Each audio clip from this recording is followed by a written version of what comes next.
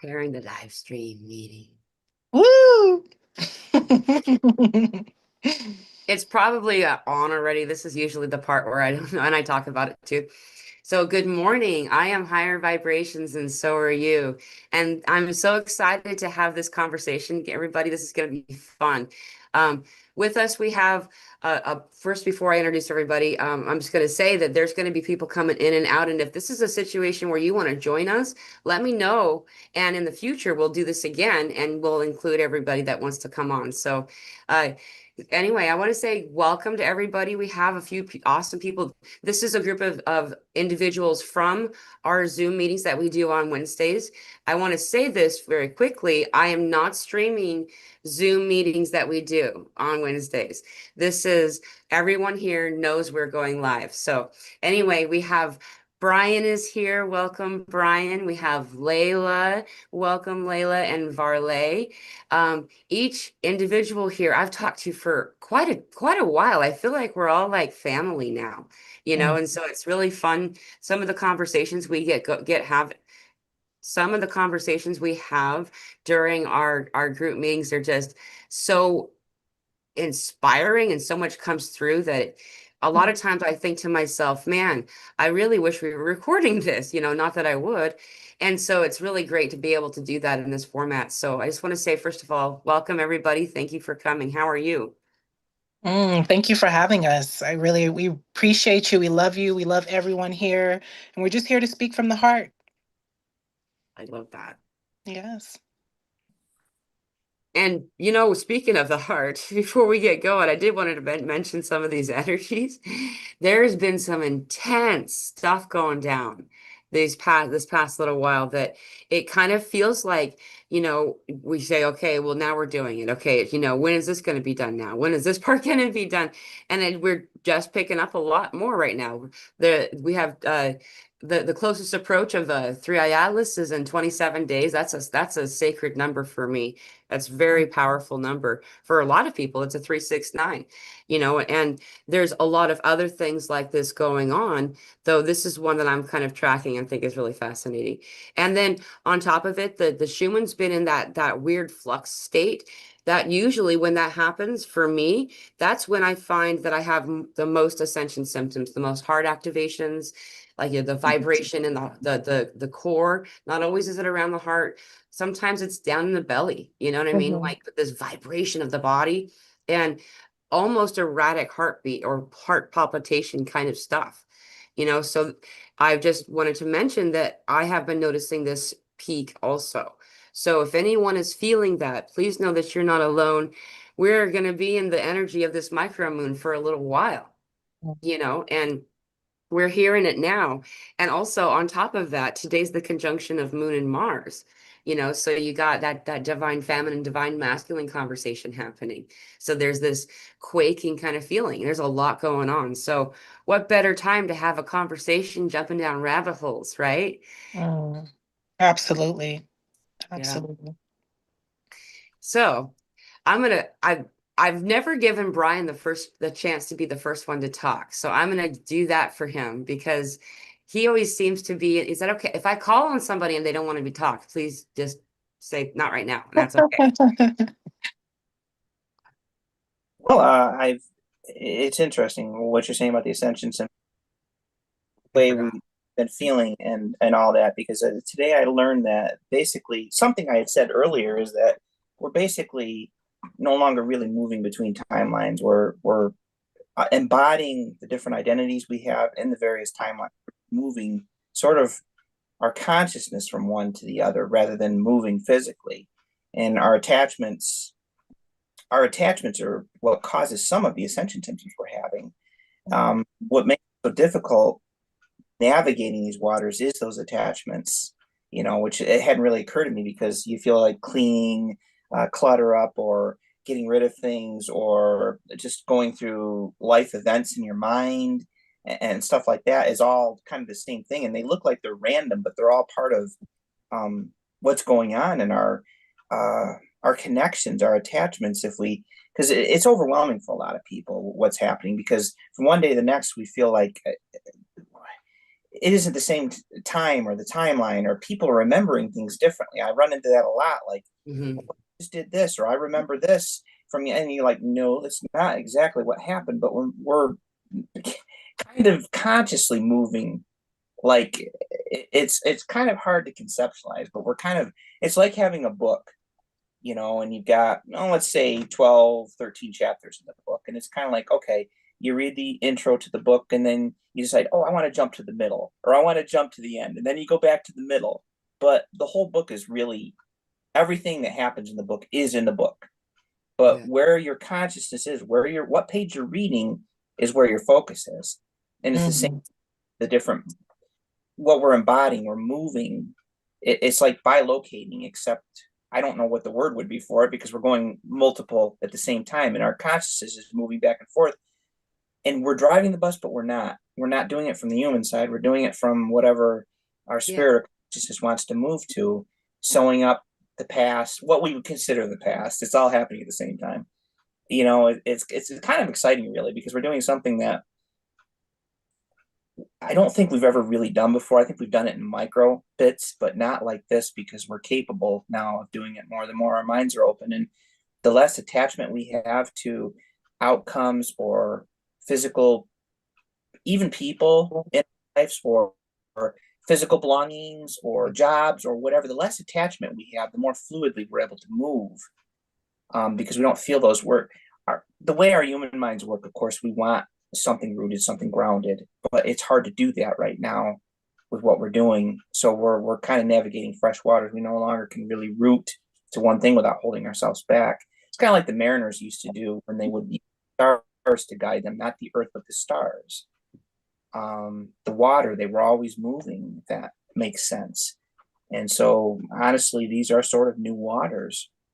It's exciting. It's fun to be on a journey with like-minded individuals. It really is, because it can feel kind of overwhelming, kind of, I wouldn't say maddening, but sometimes you do kind of question your grip on reality when everything is shifting. People are remembering things differently, and things don't seem the same from day to day. You have to readjust, if that makes sense, much Hmm. more quick. And it just doesn't happen when we sleep. Sometimes these little slips happen in what appears to be the same day. Um, so yeah, it's that's my take on it, anyways. Thank you. I'm really glad you mentioned well, everyone is noticing different, what we call symptoms or evidence of timeline jumps, shifting in realities, like weird stuff. Like I had the funniest one where Elsa had suggested I rearrange my furniture in my room, feng shui style. And I in order to do the directions that were required or were suggested, it would need to be awkwardly placed, where it's like not quite in, because everything that we all have, they're all boxes, right? All the rooms we have are boxes. And anyway, and so I was like, I should do it, but I hadn't done it. And then I went ahead and did it. But then the next day or 2 days later, I think it was 2 days later, I woke up and it hadn't been done. All the way down to the dust bunnies under the bed that I can see from this vantage point, like because I have slate floors and Mhm. like it's you I cleaned that. It was a whole thing. And like um that one was the biggest one I've ever seen in my personal life. Like there's another one, I still haven't gotten rid of it because of it's just fun to play this game is there's a tote, those plastic storage buckets that with a lid. Um, Mhm. and it had like paperwork that ended up it was all garbage basically. But had been used as like almost like a bedside table kind of thing. Mhm. And I had been on the fence about changing something about that, getting rid of, the junk mail inside of it basically. Mhm. And every couple of weeks it would disappear. Like full on disappear. I'm not talking about something you can slide under the bed. This is a good size. I could use it for a bedside table, like, and then, it would reappear again, and I keep a house in a way that's kind of minimalistic. I'm not about quantity. And especially after I left so much of it in Washington when made my move to Arkansas. Like you can't hide it, is my point. There's no place for something like that to, and I look actively. And now I don't so much when it disappears, then I'm like, okay, we're in this other timeline now. But there's also several of those timelines where it's gone, Yeah. because there's other things. My favorite though of all, and I'm gonna let Varleigh talk, is I have a friend who I talk with regularly and do sessions with, and she had this thing with an Apple Watch. Like she was actually quite on the fence about whether or not she was going to get the Apple Watch because there's a lot of, stuff about that. And a lot of people have had where their wrist like just swells up and there's all this stuff. Her husband didn't want her to get it. Okay. Long story short, I don't know how much it is, but I assume it's a quantity of money that I don't, that it was noticeable enough that the money was back in her bank account. The money was back in her bank account. She went to find the watch and it was gone. She assumed it was her husband. She still had the box because it was like some kind of special looking box or something. She went to find the box. The receipt was gone. The box was gone. When she asked people about it, they were like, "Oh, you were talking about getting one," but they never noticed if she got it, and all of this stuff, right? And then fast forward, like I think it was like a few months. Then all of a sudden, one day she woke up and she had an Apple Watch again. Mm. It's the craziest thing. Like, because I was with her right after I had the session with her right after it had disappeared. And she was convinced it was her husband, and she was like, but what I'm saying here is, and it was on her wrist. Like, and the receipt that was there had the old date. Like it wasn't that she thought she did it. You know what I mean? These timeline jumps are so subtle sometimes. Like you said, when we wake up, often we're like all these different streams of color behind me. Each one of these, like a harp, you can jump from one string to another. And often we'll do it when we wake up from sleep, though, even throughout the day, where the whole realities that is true turns out it isn't. So it's kind of a fun topic. I'm glad you brought that part up. Mm. Varleigh, would you like to share something? Yes, it's fascinating what's happening. And it's great to hear things like you're experiencing, because I'm sure this is happening to a lot of people. And they're like, I can't talk about this to anybody. Yeah. But you hear somebody else going through it, and it's like, okay, yeah, this is going on. And what I find fascinating was this whole spiritual journey, in quotes. We've got something happening now. This overlaying of timelines is no longer just Mandela effect. We were onto that, right? Now it's like this not even duplicity, multiplicity of timelines overlapping. And it almost seems to be like wherever you're vibing at the moment, that's the one you're going to kind of pull from and see. And then you're a little different later, and it's like, oh, now I'm going to see this. It's just really fascinating. But to me, before I knew about this possibility of what you just described, it's almost like a timeline skipping, quantum jumping, whatever. Before that, I experienced a few years ago something that looks similar, but is caused by something else. And this might be happening to people out there. One of my favorite topics before we get into all of this stuff that you're talking about too was apportation. So where you can just be sitting there and all of a sudden a pebble shows up in your hand. It's coming from like somewhere else.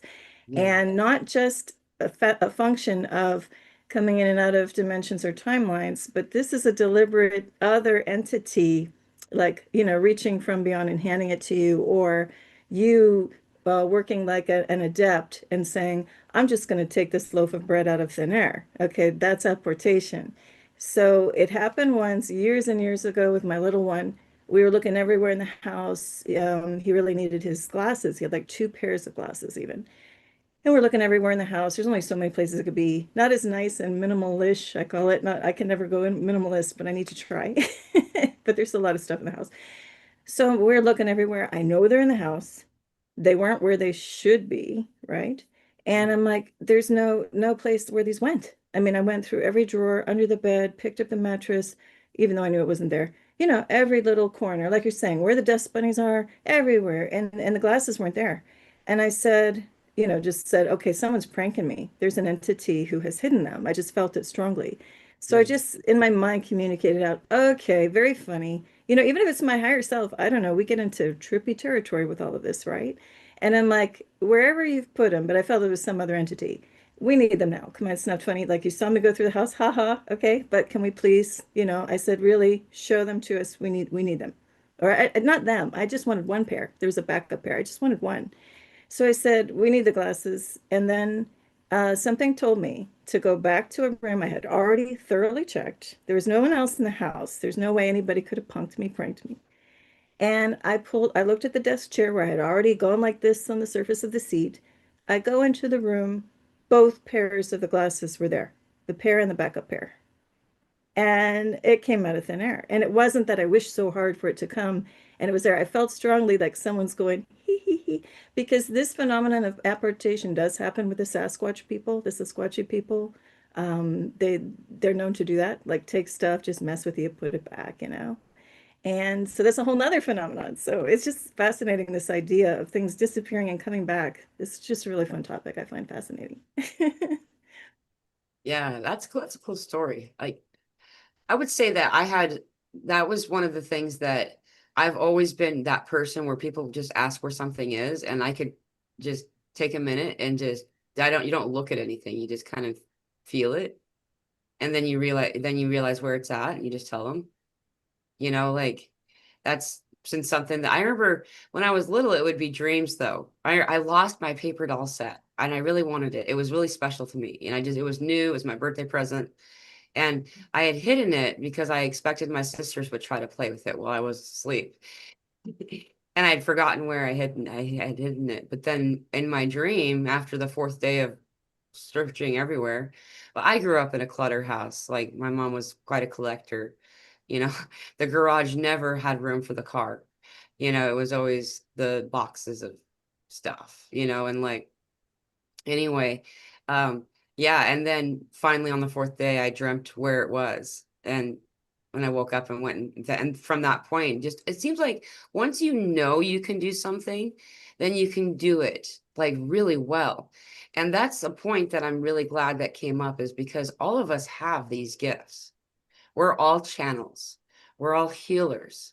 We're all grid workers in one way or another. Some of us are grid workers in the way that we spend more time grid working with people rather than locations. It's, that same concept that it takes one uh, of these drops of water that are aligned, that we're having rain down on us from all these different comets. The original water is being returned, and it takes 1 to 1 trillion drops of our water. So, like one of these memory, full of memory and knowledge drops of water can affect 1 trillion. And it's the same concept. So we'll also often do this with people, perhaps not in that degree, though. When I leave a conversation with people on the internet, even, you don't have to be in person, even. We'll see that a lot of the conversations or things that happen, even if there's short exchanges, affect that person in a profound enough way that they then impart that love, that joy, that wonderful something to the next and the next. You'll see this as a social experiment with smiling to strangers, or letting yourself burst out laughing in a public situation, like at the bus stop or something. you know those are like the kind of things that I've done in my life, because I like watching it and seeing. Eventually everybody knows who you are, which is always the downfall for me. Like, I like to do this and then kind of duck away, but then people, you run out of strangers after a while. But this is something that we do regularly. And on top of that, to just branch back into something else that Brian said too, is that as we impart this joy, we then have more ability to declutter other parts of us. Like, we're noticing there's always as above, so below as well. So as you so perfectly stated, Brian, where we have, this decluttering, this cleaning of the house that we're doing on a physical level while we're doing it on an energetic level simultaneously. Most people who do this as a profession, cleaning houses, I know a few of them that, I do sessions with and stuff, and are highly evolved spiritually people, and they are requested specifically because the people know my house feels better when you're done with it too, because they're using their intention, knowing we are all alchemists. We all are master transmuters. And it's just about letting yourself believe it, because we usually will stop ourselves and be like, oh, that feels embarrassing or silly. Oh, it's just silly. I'll go watch a sitcom instead. And like, not to say there's anything wrong with watching TV. We will find, though, that we will be engaged in these behaviors more regularly when we know what we're doing. So when you're uncluttering your house, we're all doing this deep clean right now. It's really fascinating. It's like spring cleaning across the planet, no matter what your region. There's a reason for that, you know. And so just and I want to say hello to everybody in the comment section. I am reading your comments. Elsa says, yep, agree, Brian, cleaning the utensil drawer, and like finding the cleaning out of a lot of other things. Jessica says, hey y'all, thank you for being here. Appreciate you so much. Feels better to finally find the part to the blender, says Elsa. Right. So thank you so much for bringing up that topic also. Yeah, I find lately if it's always the missing keys, right? For a lot of people, like where to put the keys. Or you say, where are the sunglasses, but they're on your head. But Yeah. yeah, with the keys thing, I had that happen the other week, and I'm like, I really needed them and I needed to get out the door, and I really didn't know where they went. And so, but I just stopped, and in my mind, I just said, for me, the phrase works, kindly show me. I'm just speaking to my whoever, my entire spirit team, myself, higher self included, and just say, kindly show me where are the keys. And if it's like you said, like just take a moment, be really still, and then I'll either see the image or my body will automatically walk over to where they are, my hand will put them on the keys. And it happens every single time. And that is like a power that you're talking about. We all have it. And it's just getting quiet and knowing that you have a reliable team, even yourself included, and you just say, where are they? And you will be shown. And for me, the key, the words do matter for me, and everyone has their own words to bring it about, or no words, or just think about it. But it's the phrase, kindly show me where dot dot dot, and every time without fail, it pops up. Yeah. Yeah. Yeah. And to do it with love, like you said, changes it a lot. Right. And along with these practices, this is what Archangel Michael's always saying to this is a suggestion that we are given to say to people often, to give yourself 5 minutes a day where you suspend your disbelief.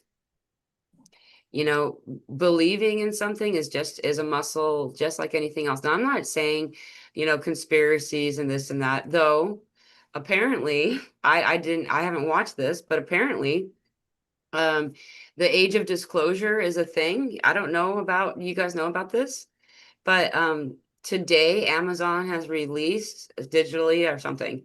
I watched Consciously Aaron, and she mentioned it. Is that there's a it's like a whole bunch of officials and military people talking about their contact with ETs and UFOs and stuff. And they're like, yeah, we'll just tell you all about it. And like the thing is once everyone already knows about something, then it takes, a couple of years for us to be told that it's true. And so this type of having to rely on someone else telling you something is backward, and so if we can take a moment, 5 minutes a day, to allow yourself to suspend your disbelief, just allow, you know maybe, and not so much the ET stuff, even it's just this, that you're powerful, that you're worthy of that power, that you're an alchemist, that you're a channel. You have all the clairvoyance, clairaudience, clairsentience, so on and so forth, so forth. We have all of these in us, and that's what ascension is all of the stuff that has helped us or that is here for us to be able to do these things within our own bodies. They are, in some way, um, asleep, they're in dormancy, right? And as these things that we need to help us evolve to raise our frequency enough to obtain access to these parts of us, they start turning on, and it scares people. It's kind of startling to suddenly start seeing like outlines of people or orbs, or there's all kinds of people going to eye doctors and shit, and they're all shaking their head. They're like, I don't know why everybody's coming to me, and they're seeing weird things and like all this kind of stuff. That it's beautiful. It's you turning on. So if you can let yourself stop for a minute of this trying to explain it away and perhaps accept the likelihood that you're powerful, then it becomes more accessible. You're able to participate in the energy of your own gifts. Like you mentioned, that was really, just trusting it, just trusting it.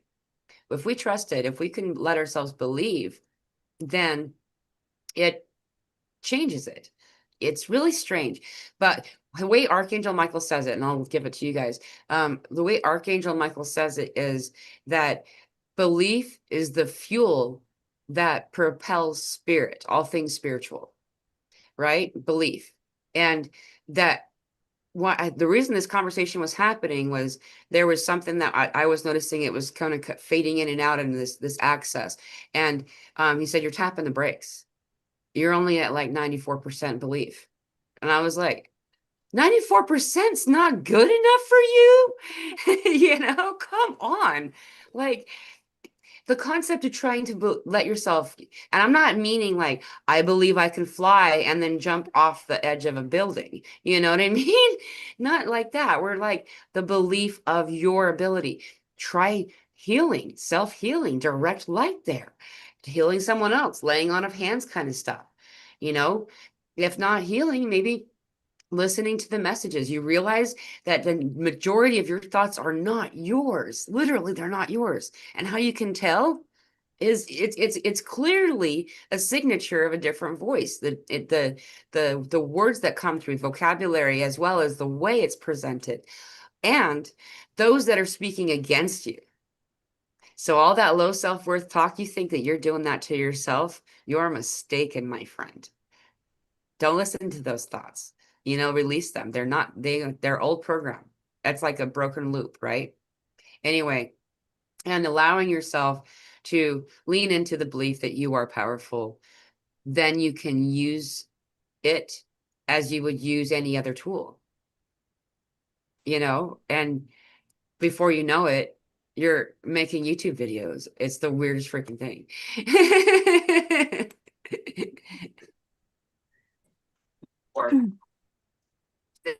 Welcome back, Layla. Yay. It's okay anytime that anybody needs to duck away, by the way. I just want to reiterate that. But I'm happy when people come back too. How are you? Yes, I am well. I'm so sorry. It's retrograde energy. I've been trying for the longest, trying to get back in. So, Oh no.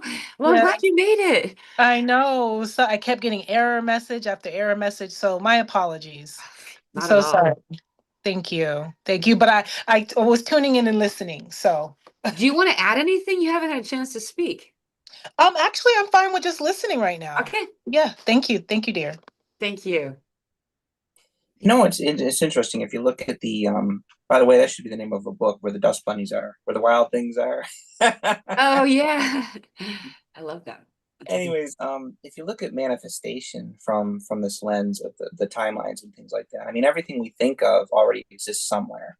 We think we're creating these ideas, and the truth is we're just tuning into something that we're aligning with, like a new truck, a new home, a career, whatever it is. Be as simple as an experience. We tune into those things, and every time we go to sleep at night and we wake up, we're a little discombobulated when we wake up, especially lately. I mean, the dreams and the whole sleep state have been really interesting, even this morning. But we hit reset points. When we wake up, we reset. Our mind starts to come back online, but we're actually choosing which of these timelines and realities we want to play in today. And we change throughout the day, and we're noticing through awareness the subtle differences. I had someone the other day, we were talking about this, but someone had said, "Hey, you put this facing this way," and No, I put it the other way. I know which way I faced it, but something had shifted and they saw it going the opposite direction and were that was their reality, but I somehow had shifted.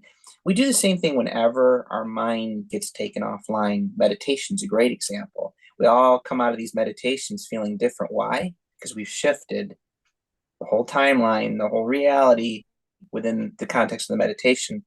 Our mind, when our mind out of the way, we get out of our own way, the consciousness, our soul, whatever you want to call it, selects where it wants to go. And we're just noticing it more and more and more because we've always had this ability. But it's those beliefs, like you talked about, that drive the whole engine that we're starting to loosen up on. And I think for years, people had to kind of be sort of slowly indoctrinated. I mean, if you said back in the 50s and 60s to everyone aliens existed and all that, there would have been mass panic like some of these movies. But now, Right. slowly, time, little bit at a time, little bit of that, like they used to say about taking arsenic, you build up a tolerance to it. It's the same kind of thing. Then all of a sudden, enough of a tolerance has been built up that here's the truth. And it's like for those that knew the truth all along, it's like, really? I've been telling people this for years, but for the rest, the mass population, they had to have that indoctrination. They had to have that little bit of a time. And now the time has come where nothing really surprises anybody, but it still leaves them ungrounded. It's like, well, what's real anymore? Because this whole paradigm my life was built around, including my identity, is it in question. Yeah. Like you said, it's like opening up to those miracles. I think there was a phrase in the Bible that was like the key to the kingdom of heaven, I'm just paraphrasing, was to be like a child. It's a wonder we had as children. Children believed in fairies and dragons and unicorns. They used their imagination. They could tune in and manifest. And they saw, and you tell them that, oh, yeah, that man over in the corner isn't real. Well, to them, it was. They could communicate with angels and spirits. There were no limits, no bounds to what they could communicate and do with. And then as adults, our rites of passage were, oh, you're imagining that. You're crazy. This isn't whatever, and slowly we learned to live in a very limited box. And now we're learning to take the box down, but we needed the experience, the limitation of the adult to go back to the child. And it has more depth to it now than it did when we were that way again. But it allows us to connect with ourselves in a much deeper thing. But if we look along this lens, circling back, that manifestation is how manifestation works. We're just able to manifest quicker because we're able to realign with the realities and the timelines that this stuff exists and that we want much more quickly. We're just learning to master this, like you said, this ability, this gift. It's not quite on autopilot, but there's that deeper sense of us that's guiding the ship. We're not out of control. We could change this anytime we want, but when you let it steer the ship, it's so much more fun because it's going to take you on quite the adventure.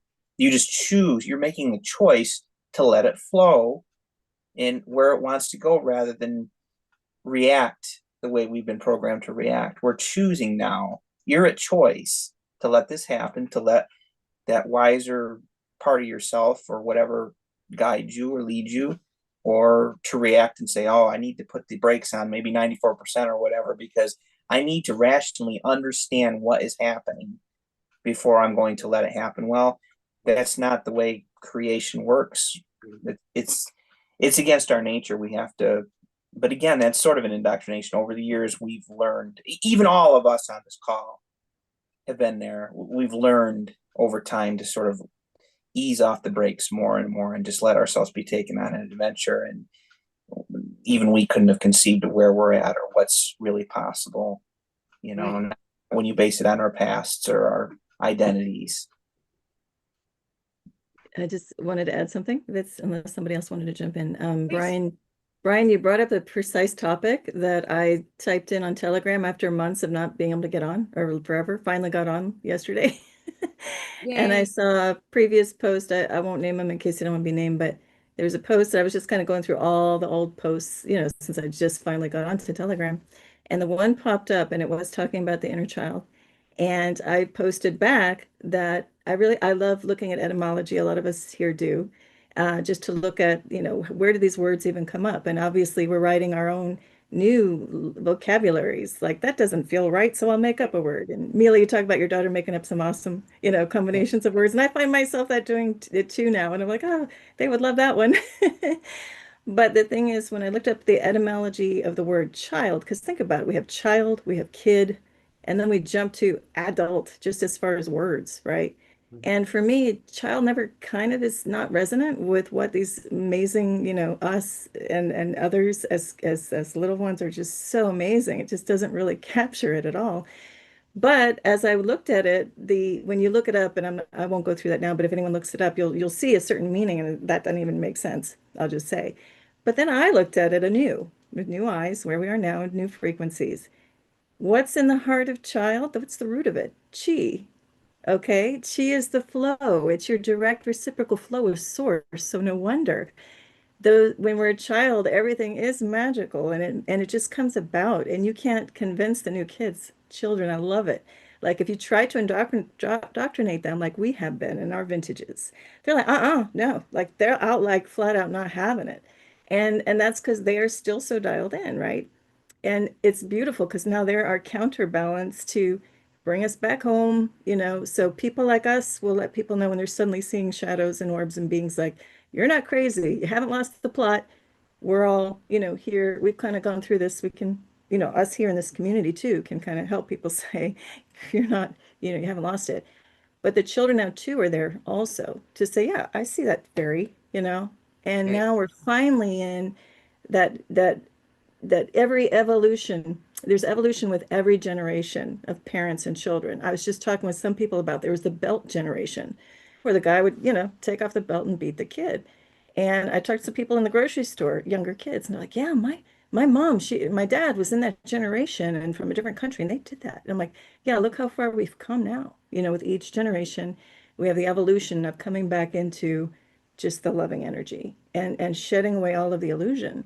So I'm just saying it's a beautiful point now. And when you're saying, yeah, you enter the kingdom, which is create ever expanding creation, no oppression, no buying into the illusion. Because if you just stop believing the illusion, you're free, no matter Yeah. what's going around you, right? But anyway, it was epiphany last night. It was like, the chi is in children. That makes sense to me. Cool. Yeah, and then once you stop investing in a belief, you stop creating that life, that way that life will flow. It's the manifestation. What are you choosing your reality to be today? And it sounds like make believe, it sounds like pretend, and it may feel like that, but it works. Like reality changes. Just as Brian was saying too, and you come back up out of that meditation, whatever you're doing at that moment, the world, you're entering a different world than you left. You've changed your frequency. It's like you've called the waitress back to change your order, basically. You know, you're saying this is what I'm choosing instead. Or maybe not instead, but just this is what I'm choosing. You know, I Yeah. like that about the G too. Yeah, that was a great observation to look at the chi. But there seems to be this underlying theme for all of humanity is to tap into miracle consciousness. And that is really what it means to like enter the Christ consciousness in the golden age. Because, Christ was all about those miracles, that embodiment of Christ. And also returning to purity. What does the inner child even mean? Returning to innocence, Mhm. returning to genuinity. And it's interesting, me having a so-called autistic child, I get to see so much just purity every day. Like when we look at special needs children as if they have some type of developmental delay, and to some degree they do. But because of that, they have unlocked so many other beautiful gifts. Like I just seen my son walking into a Sprouts the other day, and how he seen a guy he was just really drawn to and just gave him this big hug, a complete stranger. And part of me is like, oh my God, Mama Bear is coming out. Like, do I protect him? Do I would also make sure the other guy has his space protected? But then to realize, like, wow, this is how it's really supposed to be.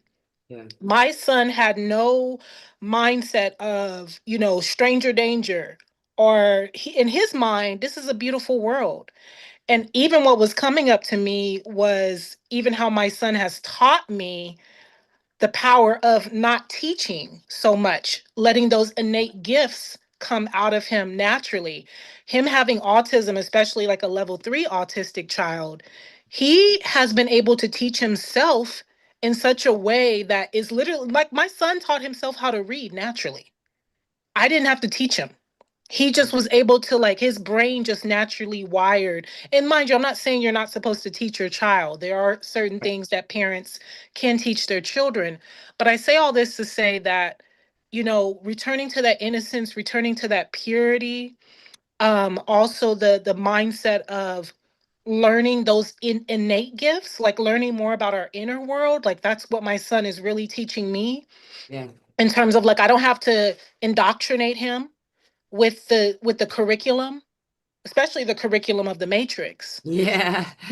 Definitely not indoctrinating, but to see how me not doing that has unlocked so many other powerful gifts within him that he already knew. It's like through his experience in life, he was able to just remember Yeah. just through his experience. So, yeah, it seems like we're returning. Like when I think of reverse aging, I think of just returning to the child, the inner child, that innocence, that purity. Like, and it's interesting when older people, so-called older people, when they want to become more childlike. I noticed that when they are approaching death or approaching those older ages, a lot of them, if they're in tune, they become a lot more lighthearted. Nothing's as serious. So we're returning to that. And that is what's going to anchor in the miracle consciousness, is being very just soft, lighthearted, innocent, pure, kind, genuine, all the good things, all the things of love, right? Yeah. That's And beautiful. like about a good point, about teaching and you look at the best teachers are the ones that bring that stuff out of people without actually telling them. Coaches are designed to lead people to their own answers through a series of questions. And that's what really we're all on, is an area of self-discovery. And the best way to do that is just by being in communities and groups where not so much teaching and coaching and counseling, but providing a container, a space, a resonant energy that will bring out that stuff in people. And for some people, they're around people that brings out the what we would call the negative side, but that's part of the learning experience. It's part of how they grow and evolve, however you want to put that. And for some, it's great teachers and coaches and whatever that bring out that other part, but it's a total experience. Yeah. Not just going to bring out the good, you're going to bring out what we would consider the bad or the ugly, because it's all an integrated process. It's all necessary. But the age of gurus is basically over. Yeah. We're all our own guru, if you want to put it that way. And for the best teachers, coaches, and counselors, it's providing that safe space, that container, that whatever, than not trying to fix someone, because no one's broken. Right. No one is off center. It's just providing the space, the container, which Pamela does so well. You know, um, yeah. But you brought up a good point there. Thank you. Thank you. Yes, you too. I love that you mentioned it's about really creating the space, because we need more space. We're so cluttered in our minds. We're so cluttered in our consciousness. We're so inundated with information overload. Yeah. And yes. And again, the information has its place. It's for us to connect all the dots. But a lot of times, and that's what I realized, is that, I think it's all part of the journey. Like when you're awakening spiritually, you do want to learn all these different things. You want to watch this YouTube video, you want to read this book, you want to do that. And I think that all of that is beautiful. It is part of the process. But then there comes a time to just be still. And then there comes a time to say, you know what? How much more, again, of different information do I have to hear in a multitude of ways to realize it's all saying the same thing? Right. Just come back to love, breathe, find peace. And I love that. Yes, the true leaders of the world, true gurus, leaders create other leaders, or they should bring out other leaders. Leaders don't create followers. That's why even on Instagram or even my social media, I don't call them followers. Yeah. Even the people that so-called follow me, that never resonated. I say, this is my community, the people who have connected with me. Because we're not meant to follow anybody. I don't care, even Master Yeshua, whoever, I don't care how beautiful of a person they are. We can be inspired by them. And I do believe in, yes, creating the space. That is what it's about. Because when you create the space, you lighten the load. And it's also that 0 point energy Yeah. that we're tuning into by creating that space and reminding people, like, wow, I knew this. Even though I didn't know I knew it, I knew it, whatever it is. Yeah. And we actually are doing that. That's the funnest part of this. Like, like I get to see energy. Like everybody sees it, what they see, and it doesn't mean that's going to stay that way, by the way. But we see more and more. And the way that what's happening when we're getting downloads these days, I don't know if it's these days only, it's just that I can see it, is that when we're getting a download, it's activating our long-term memory, the area of our brain that's long-term memory, not new information, but it's memory that you already contain is being re-inspired, and like the location of it, it's right between the pineal gland and the brainstem. And so it's actually opening up and releasing some pineal gland third eye stuff. And also the low self-worth talk, the voices in the back of your head that speak lowly of yourself. That's all being released because of it. But yes, it's you're remembering. And so when someone's speaking and you resonate, it's that every one of us have this experience. It's so much fun where you're just like, I don't remember not knowing that. That's because it's true and you've already had that inside of you. Yes, I love that. I don't remember not knowing that. Mhm. That's powerful. Absolutely. So yeah, it's just we're returning to that innocence. And yeah, and then creating just safe spaces, really truly where everyone can feel heard, feel seen, feel respected. It's really time we're very aware of self. That's what it comes down to, being super aware of self, the energy that we bring to the table, so to speak, the energetic table, the energy we bring to the table of our own life, Yeah. the energy that we bring to ourselves. What are we emitting? What frequency are we emitting out into the universe? And yeah, I have to remind myself, I know, trust me, I know it's not easy all the time. We're in a human experience, but Yeah. it's very, very possible. We're coming into um a state of consciousness where we're realizing we have a choice in every single second, and breathe. Please don't forget to connect to the breath. Whew, that is the most powerful. Right. The whole microcosm, macrocosm thing, we learn to respond to life rather than react because life responds to us. Reality responds to us on our frequency, our vibration, our thoughts. That's why Yep. it's so when I don't want to say take control because that's control word, isn't it? When we take charge of that as best we can and realize that when we respond, life responds to us, reality responds to us. If we are going to reactive mode all the time, then life mimics what we do because we are life. Life is us, as within, so without, as above, so below. It's the same kind of thing. It's why people find themselves in the same situations over and over again because they're just reacting, perpetuating a cycle. Break the cycle and say, I'm going to choose. Now, you might get in a situation where, and I've done this before, where somebody might, and you take a deep breath, and maybe you still want to, but you're making the choice. You're no longer reacting. You are making the choice that, I want to get mad. I feel this way, and darn it, I'm gonna, and that's okay. But you're no longer, you're going to find the whole Mm-hmm. situation different because you're doing it out of choice rather than reaction. It's not going to turn out the same way than if you reacted this than if you make the choice to, you do it sometime, as an experiment. Say, this is how I normally would react. Take a deep breath, and it's like, you know what, I feel like reacting, and see that the situation will still turn out differently than it would have if you just purely reacted from whatever programming you had defensively. Right. The fact that you realize you're in reaction state and or response state. But when you respond, life responds back. When you react, life reacts the same way. You don't. We're getting out of those cycles, those round and round cycles now, and making choices because what we are, we're co-creating, and can't do it if we're not responding, if we're not doing it from choice rather than reaction. Yeah. to play. And yeah. To play, exactly. Imagine. And to create a new experience. If it's something where, anger is being projected towards us or whatever lower density information or energies, I get to create a new experience, period. Mhm. This is not my experience. And even when the anger moves through us, I think these are beautiful. Even shame, they teach you not to be shameful. But in my perspective, shame comes up for a reason.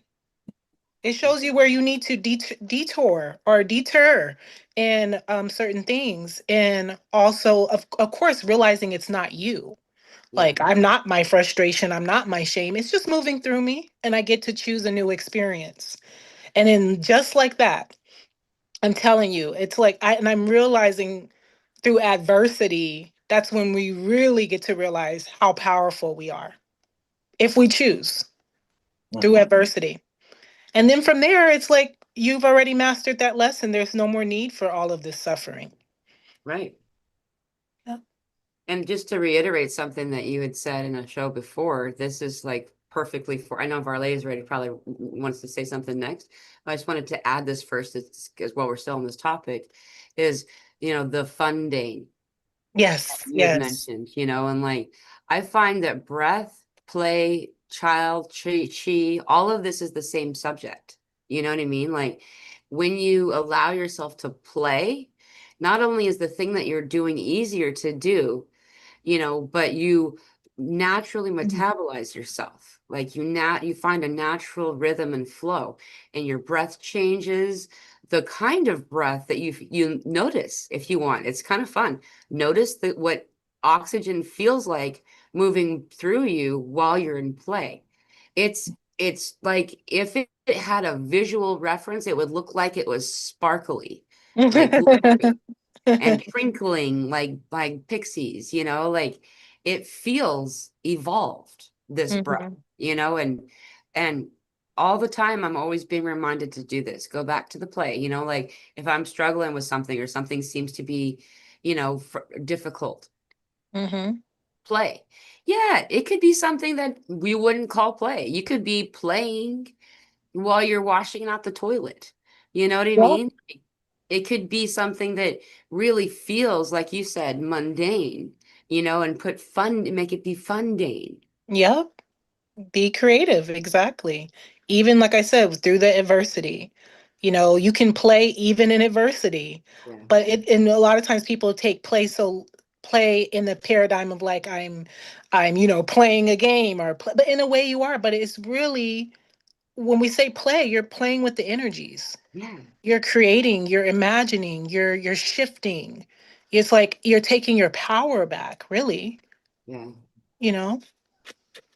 Exactly. Yeah. Thank you. Thank you. Thank you all. I'm giving Varley the chance. I think she has something to Yeah, say. I got a few things working. Okay. Well, with word play, I used to do you work with kids and you create your story with different like stuffed animals were usually the starting point. We made a whole story out of looking at an actual stuffed animal, right? And there was this one little feline one, I think it was like a leopard or cheetah, little stuffed animal. And we were working with the story and I'm letting the child create the story.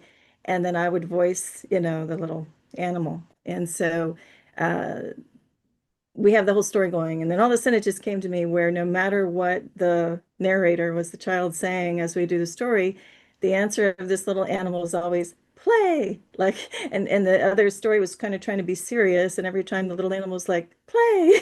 It was interesting to watch how the story was evolving to be instead of kind of serious and responsible. And it just started opening up and becoming so much fun with the word play. And then with the word play itself, I know it's not related to this word in Spanish, I'm going to say, but playa is beach. It's like beach day, everyone, play, I love that. and it has no like literal connection, but for me, that's the spirit of it. And also, play is bringing in all the sensories. Okay, so like the early childhood centers, if you're going to look at the traditional teaching now, what do? They develop all of the senses first, or develop or allow them to, grow. Like we've got the sandbox, the little splash pool, little looking out at ants under a magnifying glass kind of thing. And it's tactile. It's very much connected to the earth. And this is now suddenly taking me to ants. And I know Elsa's ears are burning out there because she has something about the ants you told me the She's other. here. But I remember as a very little one and, going into a school, which I love some kids I've heard call it school, like they can't say school. And it's so funny because it's like skewed. Is like some of these schools. And I know I'm wandering all, but we'll come back around to something that's coherent. But I remember getting back to like the ants and play, and looking at them out in nature. I remember being so absorbed in that, like at around kindergarten age, maybe 5 or 4 or 5. And I remember just being so fascinated by the little round, spheres that would pile up, and that was the little ant holes. And I remember it was almost like a reverence, like how fascinating these things are. And then we go to lunch, a little single file, follow the ducks in the row, right, of the public school. But then these kids went off to the side of the sidewalk and started stamping on them and Mm. jumping on them and crushing all of the little piles along the way. And I remember going, I was furious. I was like crying. And I said to the teacher, that's not right. Look what they're doing. They're killing those ants. They're ruining their homes. And the teacher just was kind of like, but it comes back to our childhood and the memory and the feeling of, I can feel what those ants feel. They have a home in a community and, we're tied directly to source. But that's one whole other aspect, going back to our other, source and children connection. But then back to the play, it is the freedom to just go out and expand in nature, right? Not back into the cubes like you're talking. We have little squares. We come into little boxes. I was laughing the other day because even when we do these Zoom calls, what am I in? We're in a box within a box on a monitor or whatever. And that's why, like, it's fun to select backgrounds or whatever, because I do this because I'm like, I'm free. I may be on the box, but I'm really out in nature, right? But it's just, it's like, it's just so much. I'm going to go into one more topic. It's just our ever expanding, but it's also about the coming back together into the center and how we're coming into community in so many different ways. And there was something else mentioned about being focused in the self. And this is one thing I have to bring up. People say, "Oh, are you being selfish?" And we're taught to look at that like that's a negative thing. I say, yeah, I'm self-centered. I'm centered in the self, and from that is everything, right? Anyway, I've now scattered around. But the point is absolutely play and the breath. And I've worked with people transitioning. And what I'd like to do is bring a meditation. If they liked the beach, coming back to playa and play, and the sensory of how it's important for us to be in touch with the water and experience things as the children and coming back into the kingdom with childlike wonder as we leave, because it was said earlier that we seem to become more childlike as we get older. You said, Layla, it's true because we know that that's the essence of love. That's the source of it all. And I've had some people mentally I do a little meditation as they're about to pass or close. If you love the beach, imagine yourself floating in that salt water, the sun on your face. What sounds do you hear? Do you hear the seagull cry? Do you hear whatever? And it's just bringing us back into the most loving is that is all that there is, right? So, of course, this embodies all of it. And we're here just to experience it. And even when we talk about adversity, it's seeming adversity. We got to look through the illusion because I could look at like the worst thing and I can go, oh my God, or I can go, whatever. Okay, that hasn't happened before and move on, right? Mhm. So oh, I think I'm done. I don't know. I went on a little journey. Hope any of that made sense. It's all choice. Elsa is in the audience and she says, ants love chocolate. Just saying. And there we go. And now I want dark chocolate. Thanks, Elsa. I knew I loved ants for a reason. And the unity of ants as well, just like the Mhm. bees, it all represents that harmony and coming together and co-creation. And Yeah. also how strong ants are, even though they're so little, but when they come together, they can move like things that you think would like crush them. Yeah. But when they come together, it's like, again, that miracle, the power of coming together, locking in, moving in sync. And it doesn't mean we all have to be on the same life path, but in sync means like, We're here to love, we're here to connect, we're here to grow. And I love that she mentioned Playa, the beach. That's my favorite place. And play. I'm all here for the for the root words and the etymology of things and looking at that and the chi and the child. That's all about that energy flow. Yes, yes, yes to all of that. Yeah, it's been every day in my meditation when I pray and I'm submitting myself to source. That's what I always keep asking God, the divine, is to remind me to my joy, to follow my joy, become obsessed with your joy. We're breaking out of the mindset and the paradigm of a lot of people are addicted to suffering. We Right. really are. It's, it's a peptide addiction. That's why so many people stay in abusive relationships. We think that it's just a black or white thing. You should be able to get out, but it's really psychology. But once we take our power back and consciousness, it can be quick. It can be a black or white thing where we say no more.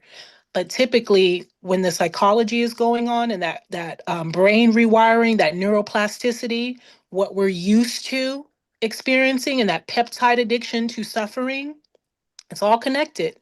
That fight or flight energy, when we're used to that, that is why we feel like it feels like a shock to your nervous system to get out of that. It Hmm. feels like it feels like almost like you're dying. Some people, it feels like you're dying to choose love because you are. You are the dying, but a lot of times it can feel like like we're on the merge of a physical death. But I would say again, connecting back to that breath, connecting back to that play, and also operate in the energy. I know a lot of this can be overwhelming to so many, but please operate in the energy of one step at a time. That's Yeah. been a big, big message. One step at a time. And that also means be present with every step. Yeah. Be present. And yeah, you'll figure it out. We all are. You'll figure it out. I have to add this part really quick is that, but I do this, I read from this book all the time. It's medicine cards. It's the kind of it's kind of like tarot in a way, I guess. I But have that book. yeah, Yes. it's really awesome. So, and it's very community based too. So that's something that a lot of us are noticing, though we're feeling like we want to hermit and pull away. We're also at the same time being drawn into community. It's like it feels like it's like an internal storm of some kind until we realize what it is we're pulling away from the denser kind of drama, conflict, chaos kind of behaviorism where we're like learning to be around people like us, like our like this group is what I mean, where we can have conversations and stuff. But it's fun because Anne says you are stronger than you think.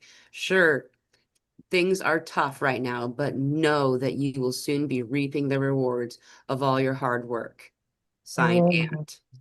Right? Wow. Can I also, it's so funny we're bringing up the animals because I brought my deck to this Please. space. Yes, I'm this, going to be off camera for 5 seconds. I can still hear yeah, you. sure, no problem. But yeah, I have my spirit animal oracle deck. And I was called to bring this deck because I was listening to an interview with Colette Baron Reed, who created this deck. So funny, we're talking about ants and animals and creatures and all that. But the first card that came out is antelope. Another antelope, right? And it goes back to what Brian was talking about. The life is speeding up, the timeline shifts, whatever you want to call it, that merging of collective consciousness where we're realizing the multidimensional beings that we really are. And this life is speeding up. I mean, this has been a constant collective theme for all of us, the quantum leaping, whatever you want to call it. I'm not big on the semantics, whatever, but we all know what we're talking about. And if you don't know, this time is speeding up. It has nothing to do, when I look at this, it's not that the physical time is speeding up itself. We're catching up to the reality of our truth, reality of the Christ consciousness, the reality of the unity consciousness, the community, the collective consciousness. That's what we're catching up to. It's not the actual time is speeding up. It's the perception of the mind. It's because our consciousness is like rapidly. I find myself quantum leaping many times throughout the day. Throughout, it could be in one moment. Even in this beautiful podcast, in this transmission, my consciousness is like boom. Every time I hear somebody speak, I'm shifting, I'm evolving, I'm growing. So that's what this is about. So the antelope, it's interesting. It has that root word of ant in there. So I wanted to share that. And I'll pull another card too later. And I'm seeing antelope. And Oh, it's the freedom we're leaping out of the mind construct. It's like what you're saying. This is the time to get out of your head or your mind and into the heart. And when you live from the heart space, then of course that's that play energy because there is no time. You're drawing, you're finger painting, you're doing whatever, time stops because you know there is no time when you're living from the heart. But the mind is going to give you that prison time construct of, oh, wait, but tick, tick, tick, but you get out of there and live from here, you live in the flow and in the now, then that's where the magic happens. That's where the miracles are. Because I've heard too that perception, miracles happen because it's just a change in our perception. And that change in perception is leaving the mind and just seeing it through the eyes of the heart instead. wow. I love, come on now, Varleigh. Ant elope. Did y'all hear that? They're like free. I love that. Yes, yes, yes. That's powerful. When you look at another aspect of that card, life is speeding up. Life, Mhm. speed of Oh, light. As we drop our density, we're basically catching up to how we truly move through what we consider space and time, which are just illusory terms. Mhm. Are this and I'm sorry. I was sorry. as we, like I said, as we shed those things, we're just moving through things. It's the appearance of moving through things faster, but it's not really what's happening. We're shedding the baggage, the density, Right. move. Layla, can you hold that card up? Do you still have the antelope up? Because it's Yes. also the card very graphically, visually. You look at the horns, and the other word is antenna, right? We are the antennas and the Oh. transmitters, and the way those are beautifully moving do capture that time and that we're leaping. So are we buying into or believing into quantum jumping even, or are we just being and being that freedom without any constraints whatsoever, right? Nothing relative to time. Mic drop. Mic drop for Varleigh. Yes, the antenna. I love that. It's this big ant spirit. I'm here for it. And then even looking at the number two, that duality. Looking at the numerology on these cards as well. It's like we're transcending all of that. We're coming back to unity. We're realizing the duality is really one and the same. It's And not this, it's not this or that, it's this in that. It's both. and is its eyes closed? Because it's almost like the physical eyes need to close and we just run by feel, right? Yeah, I think his eyes are actually open, but yeah, I'm so Looking. glad that you brought up the antlers. The antlers. Oh, antlers. That's right. Yes, Another one. antlers. Yeah, there we go. Yeah, you got me on a. I'm like, let me catch up to Varleigh's creativity. See, that's that fun. And That's that he's play. going against the herd, against the grain, and he might be considered an antagonist. Woo! Look at you. Okay. It's Friday. Come on, let's Dum have dum fun. dum. Let's play. Don't encourage me, but yeah. Oh, Oh, and I'm you went like encouraged. that, Mila. And there's a marching band, I swear to you, there's a marching band playing a few blocks away. I've been hearing the drums all through the talk. It looks like DNA too. I didn't realize my mic was off when I was saying that. Or like it looks Yes. like DNA, and it has like that spin frequency that all of us are connecting to now. There's a lot in that card. And also, does anyone know what a life path 2 is? What like life path numbers? Yeah, that's all about balance. That's harmony. That's coming together. That's beyond the one, the two. It's all one and the same, right? But I'm a the one 2. I becomes just the never two. knew what it meant. Oh, yes. I love that. Yeah, you're all about balance. You're all about harmony. You're able to merge that duality. That's also a Gemini thing, too, because I'm a Gemini rising. Mhm. Geminis are really, really good at, like, in terms of not seeing the separate, they see the beauty and the love in the good and the bad, the ugly, all of the above.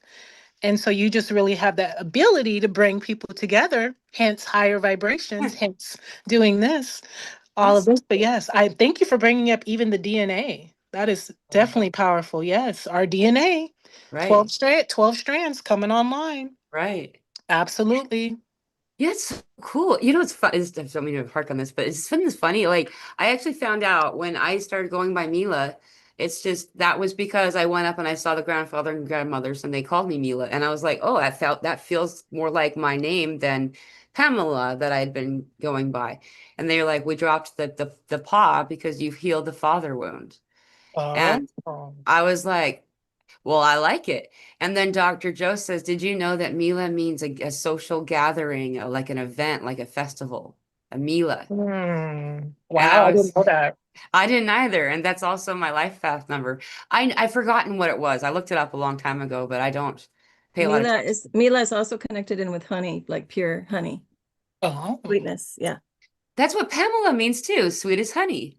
Yeah, I'm saying the Mila part is the honey. Oh, right. And Land, milk, and I told honey. you one and I told you once before, Pamela is sun hat in Spanish. So you have the sun energy, the golden, honey energy. That's fun. So beautiful. Yeah. There was something that I wanted to bring up because it's been an important topic that we've cycled through a couple different times that Elsa made a comment that I wanted to read to you guys. She said, when we're talking about time jumping and stuff, because this is what we're talking about. When you're choosing love, when you're choosing joy, when you're choosing play, right? When you're in the breath, when you're in she was saying that jumpers, they're not stuck in the same loop. And the leap of faith is the mirror call, and that's all about the play.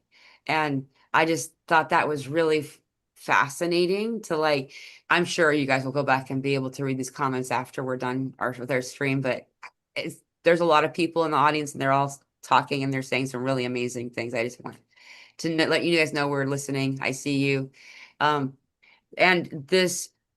what we're doing now, that this merges together. Let me just say this last part and I'll leave it, let you guys talk again, is that there's this when I was doing this particular channeled meditation a few months ago is when I first became aware of it. Archangel Michael referred to all of these other timelines of mine as sloppy. And I was like, what, sucker? Like and it's like you haven't put you walking into a teenager's room basically, right? There's like everything's laying out. And the idea of, you know, all of these different versions of me, all the quantum or alternate reality or alternate universes or whatever versions, that they're echoes of us that leave behind some of us that we want to bring back to us. That's why we call back our soul fractals. And as we're doing this, we're actually merging timelines.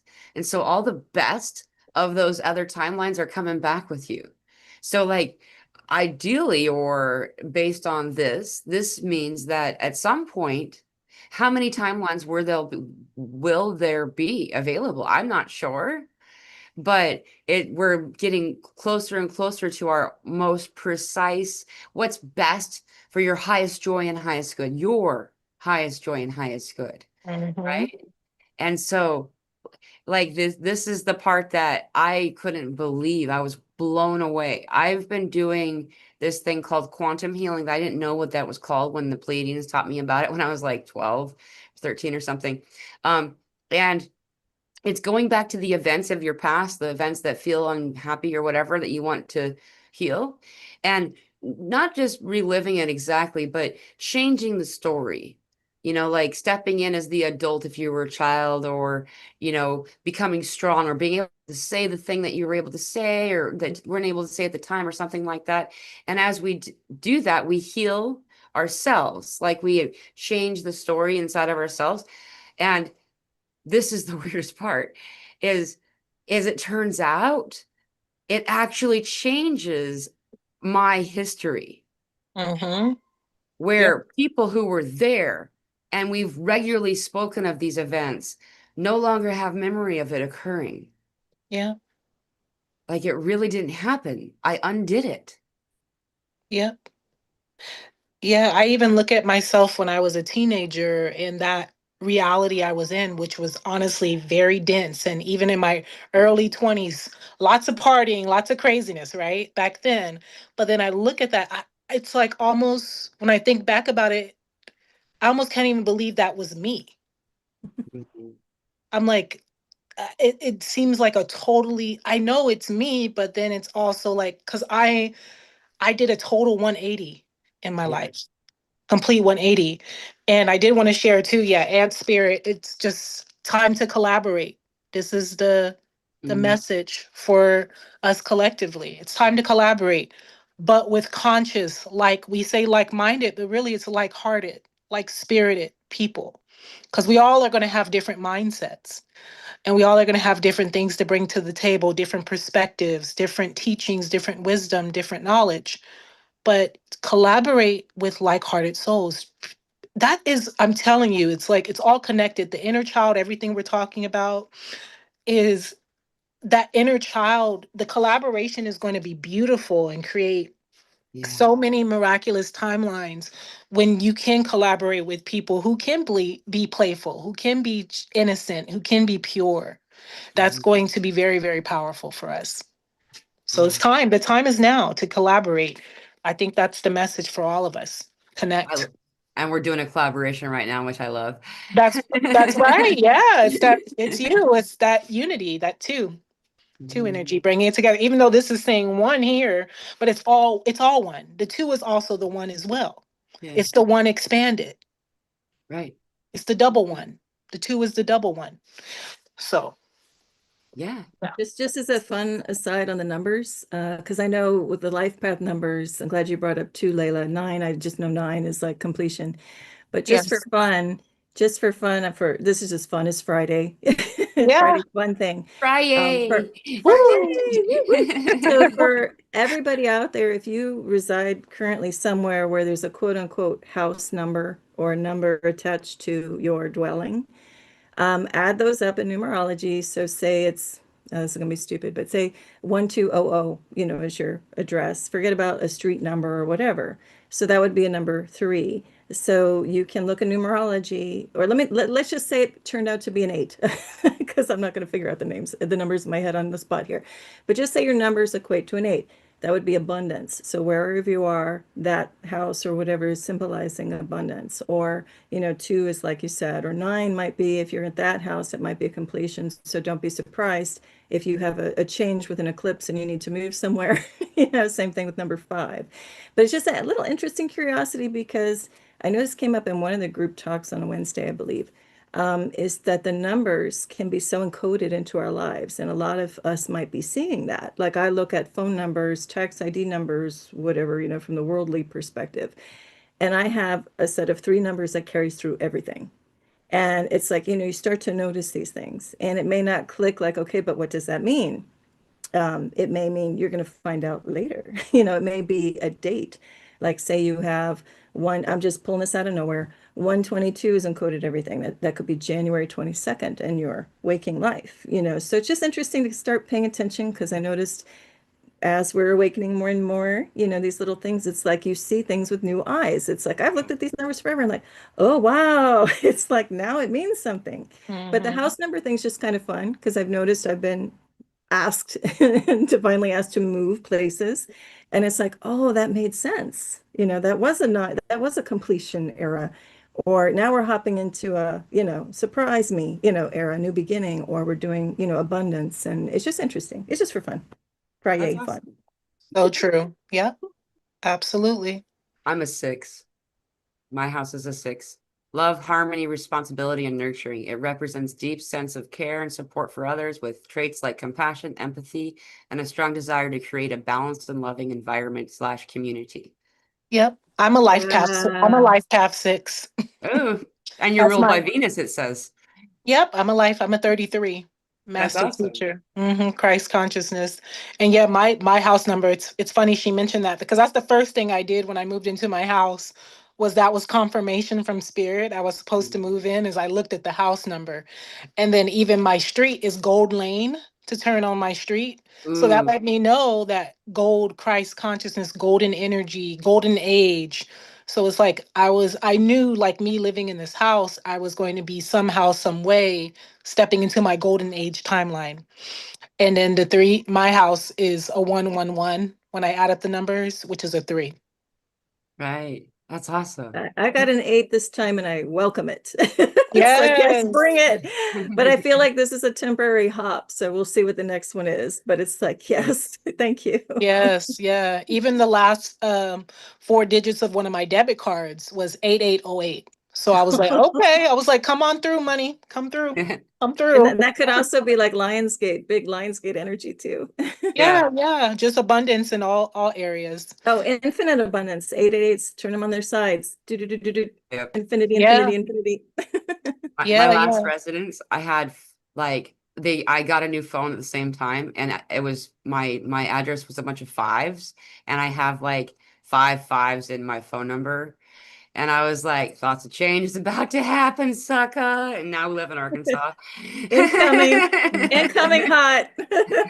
Yep, yep. I Hey, love I that. am 1111. Thank you so much for the $20 donation. I really appreciate that so much. Thank you. Mhm. Thank you, whoever that 111 person. I love that. Yeah, it's awesome. The spirit of the 111. You know, while we have people here in the audience, I did want to mention something too. Is this coming Thursday, so a week from yesterday? So it'll be Friday for those in the Southern Hemisphere. We're going to do a Thanksgiving meditation slash Maddie's Christmas fundraiser. Um, Yay. you know, it's donation based. If you don't have something to donate, I want you there anyway. I'm not telling you that you need to pay to come, though a lot of us aren't celebrating Thanksgiving, or don't have a place to be or feel lonely.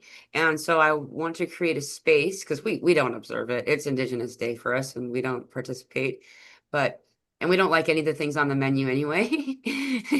um so since I we're not agree. doing it, let's create a space of people can gather. So what I'm going to do is going to be like an hour long conversation, and then after an hour of chatting, we're going to have an hour long meditation. So you'll see that um, in Telegram, as well as on YouTube and stuff. Facebook, if you want to join, you'll be able to have that link. So I just wanted to, since that was in my mind, I wanted to make sure I mentioned that. So thank you. Knew that is turkey in your book, in your medicine book? I'm just curious if that Yeah, that's turkey carries. actually my personal totem. Oh, I was going to ask if turkey has a special totem. Yeah. Yeah, it's actually the giveaway bird. So it's the medicine that gives of itself so all may feast. It's not just feast on like the filling the stomach, but like allowing for everybody to be whole, you know. Um Often people incorrectly assess it as like a sacrifice, and it's not that. You don't give what you need for yourself. So it's the giveaway. Ho, brother turkey, so freely you give of everything that you are, so others may truly live. It's actually considered an eagle, the giveaway eagle of the South Eagle for Oh, many wow. people. Yeah. Turkey is the medicine of many saints and mystics. Celebrate if you have turkey monthly. Hold on, let's see. Depending on how turkey is aspected for you at this time, you are being given a gift. This gift could be spiritual, material, or even intellectual. The gift may be great or small, but it is never insignificant. Congratulations, you have just won the lottery. Or the gift may be beautiful sunset, or the smell of a fragrant flower. On the other hand, you may feel the spirit of giving growing within you and wanting you to share with others. Yep. It's and it's something that all of us do. We don't, and it's not martyrdom, okay? It's not to be mistaken by this. It's we see our community, our brothers and sisters, and we join hands and embrace what's I will not jump in the pit if someone's in a pit, but I can very easily say, this is the way I got out. You want to come? I don't even have to say it directly to them. And we can help and assist others. And in this way, we are all doing this. You're the example. You're the first example for most people of what awakening means, Yep. and so it's something that we hold with great reverence and joy.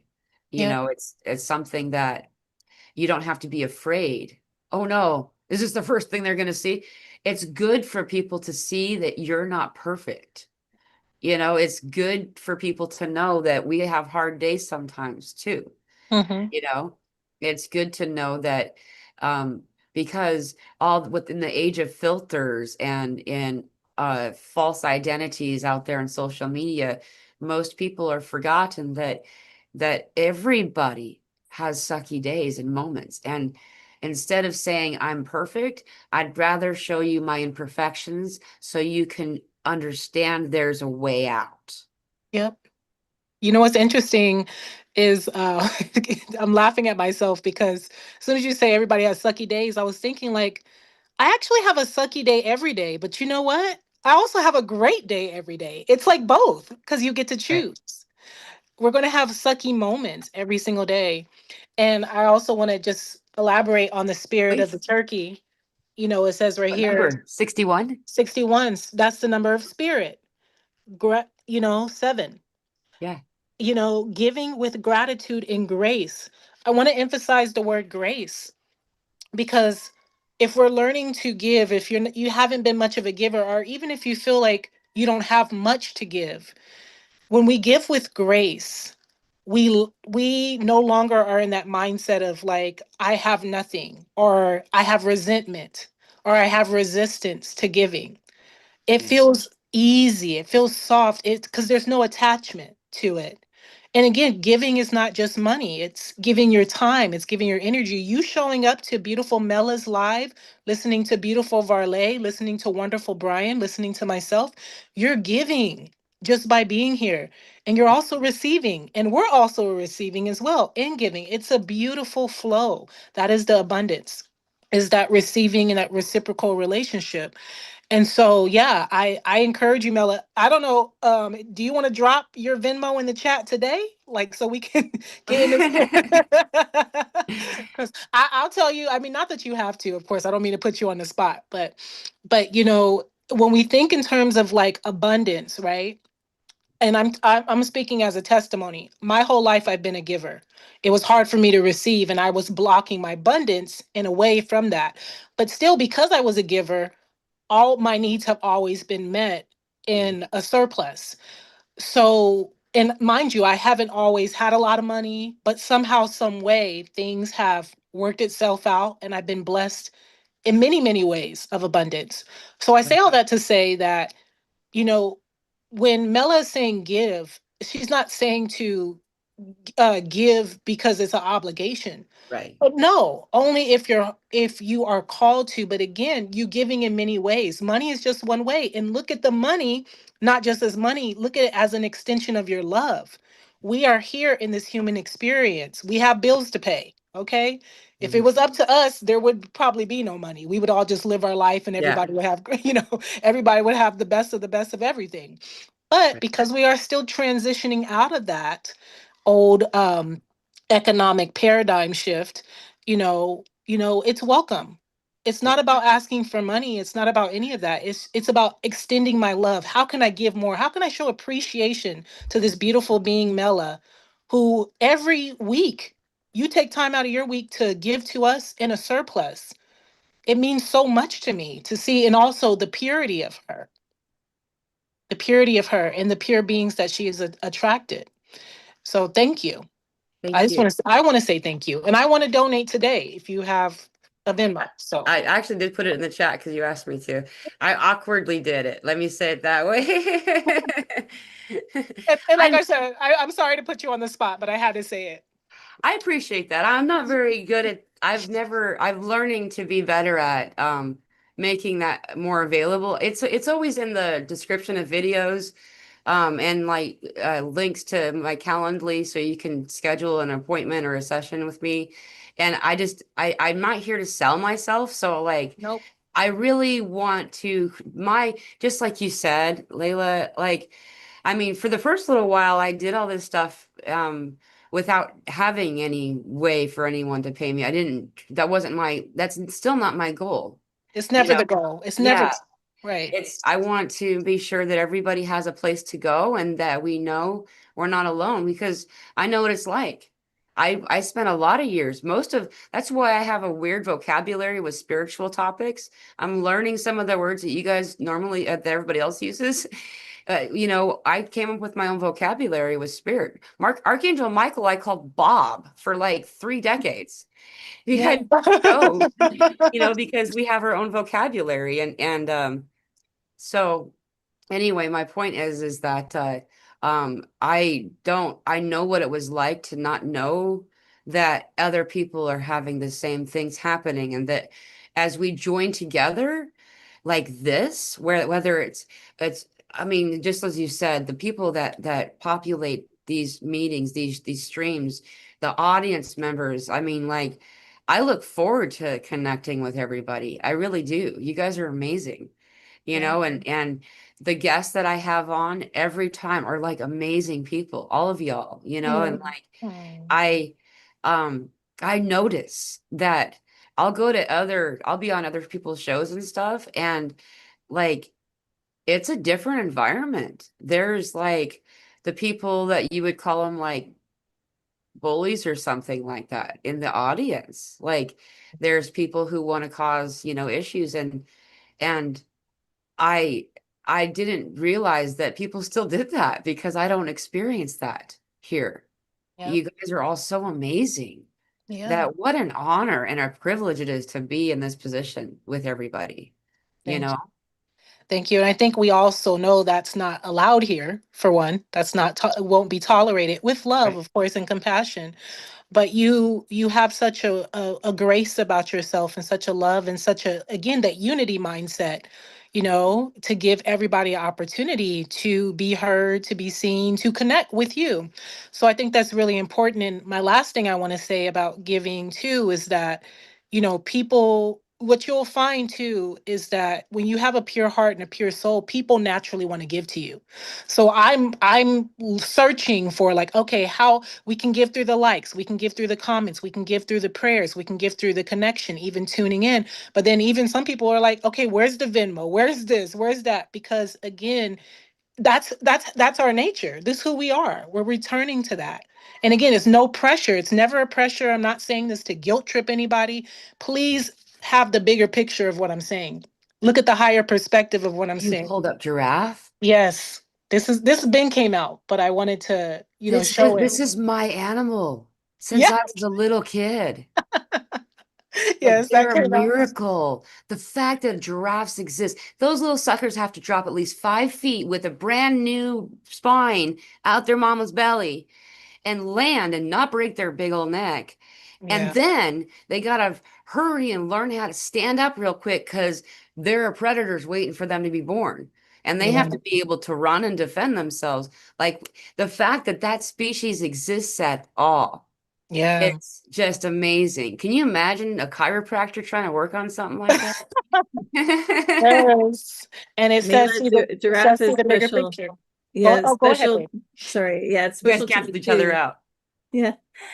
One of the first little necklaces when I was like 4, given to me was a giraffe. So it has a special place in my heart too. Oh, wow. Oh, I love that. I love that. Yeah, see the bigger picture. So I pulled this up just to see the bigger picture of what I'm saying is that we're naturally givers. The natural human being is givers. So what does that mean? If everybody's a giver, what does that mean? That means everybody's also a receiver. So give from your heart, whatever that is. So I'm saying all this to say, Mela, too, never have any shame too with dropping that Venmo, dropping that, because again, you're not doing it for that. It's because you are attracting givers. You have givers who want to give to you because you're giving. That's the natural flow. When we're in service, guess what? The people are also in service to you as well. That's the natural flow. And Wow. we're returning to that. I have a story I want to say because there's somebody that deserves to be heard and observed. Is that this woman, I'm going to say her first name. There's somebody named Agatha that found out that Maddie broke her tablet. Mm. And she contacted me. I'm coming to tears. She contacted me and Oh. asked me how much it costs to get a new tablet. And I mean, we couldn't get her. That's a big expense, and that's how she makes videos. And honestly, she does all of her homework and stuff as fast as she does so she can have her tablet, Yeah. and start to make videos. And it broke. And she wanted to give us the amount for her tablet. Like when that's something like, man, maybe we'll get something like that for you after we save for a year, and now, Maddie gets to have a tablet. And I just wanted to say that because I did want to have a chance to say her name, because that was a really, it's something that's changed this 11-year-old's life in a way that I'm just so thankful. So Oh, yeah. shout out to you, Agatha. So much love. And to all of you, like I said, all of you. Oh, Pamela, we love you so Right. much. Oh, I love it. Because it's really, it's not crying about the it's the love. Yeah. It's the consideration. This is what we're returning to. It's like people, that's what I'm saying. People are hearing, they're paying attention to you, they're listening. There's like, okay, there's a need there. There's a need. How can we support? And And that it's goes for all also, of us, all of yeah, us. it's Yeah, also just the bigger, like you're saying, the bigger picture, higher perspective. It's how spirit or God moves through all of us at any given moment, that's right? right. And I've had a little kid in the park. I gave a little token to her and she was all excited. And she just out of her pocket gave me a very special leaf that she had just collected. And I was hesitant to take it from her because I know that was her most cherished thing that she found.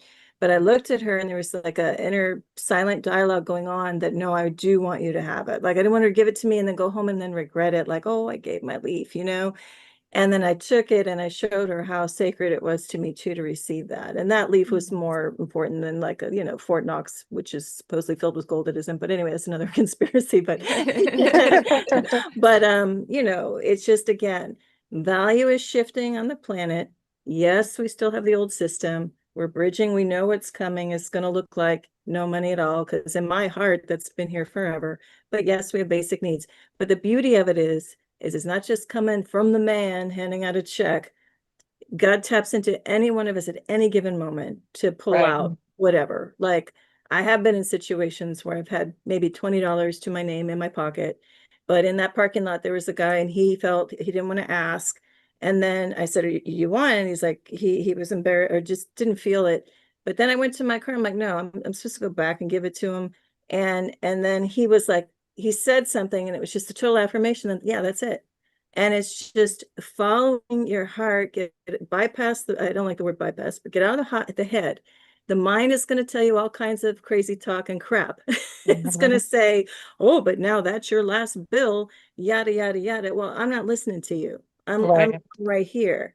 And when I go right here, you're never going to go wrong. And even Right. if it turns out that, okay, oh, shoot, the next thing didn't come in, because as much as I agree with yes, you give, like you said, Layla, and then things will come in. Well, sometimes they don't come in right away. And then you start to doubt and question, like, well, wait a minute. I thought if I'm just loving and giving, like what gives? But there are other lessons that may come where no, you're not supposed to have that like endless quell of fountain, shooting out coins and money, whatever. But just as one example. But other stuff will come into your life, making it deeper and richer.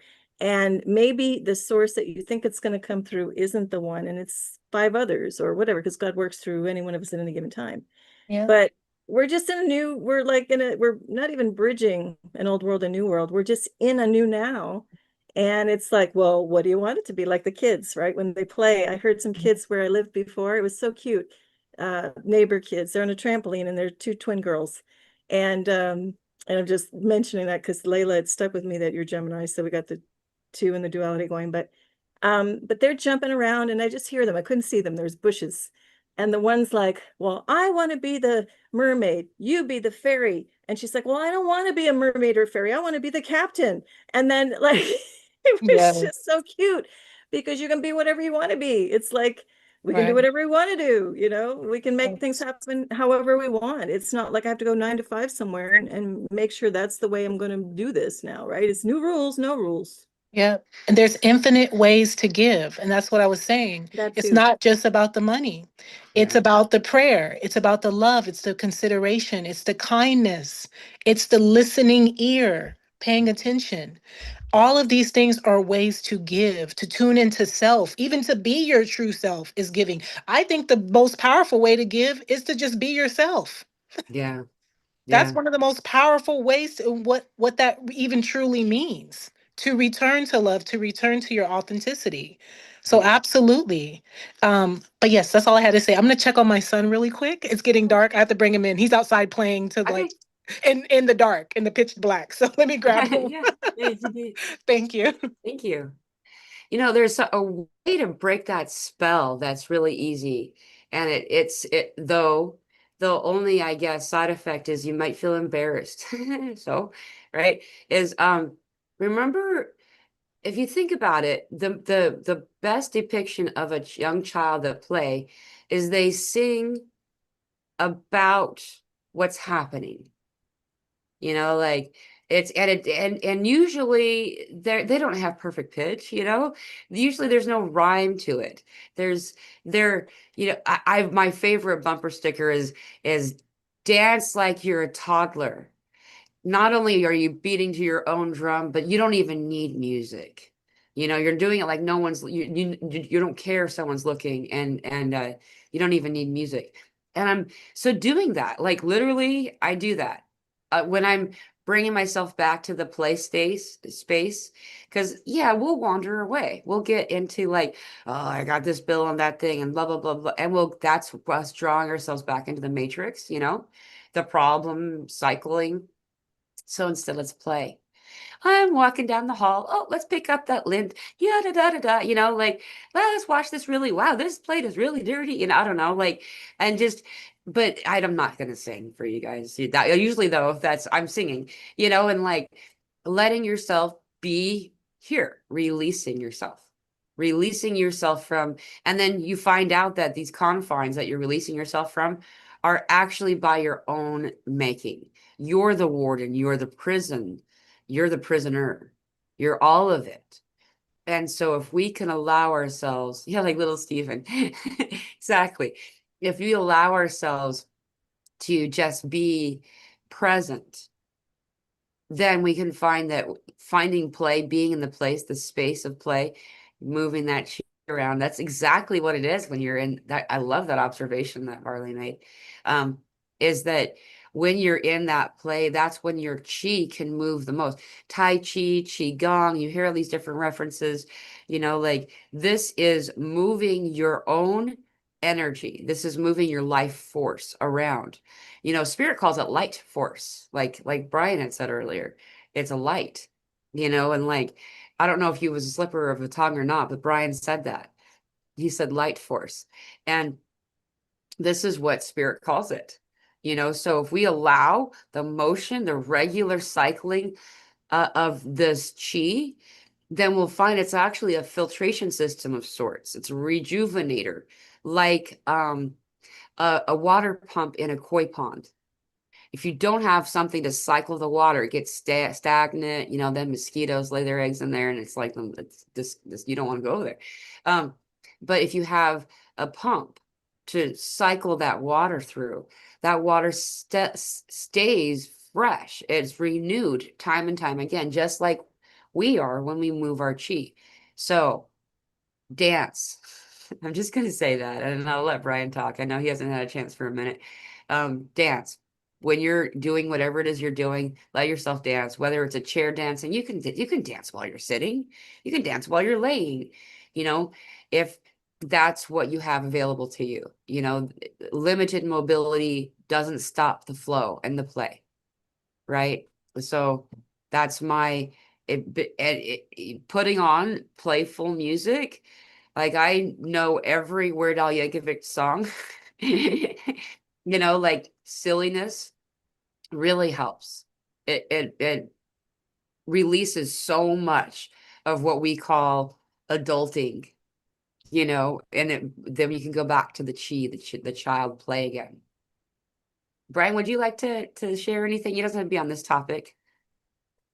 Well, it's probably just kind of a reminder, as we look at everything that, we've kind of circled around the drain on it, but the contrast, even everything we see out in the world, everything in our own lives, the contrast is necessary for creativity.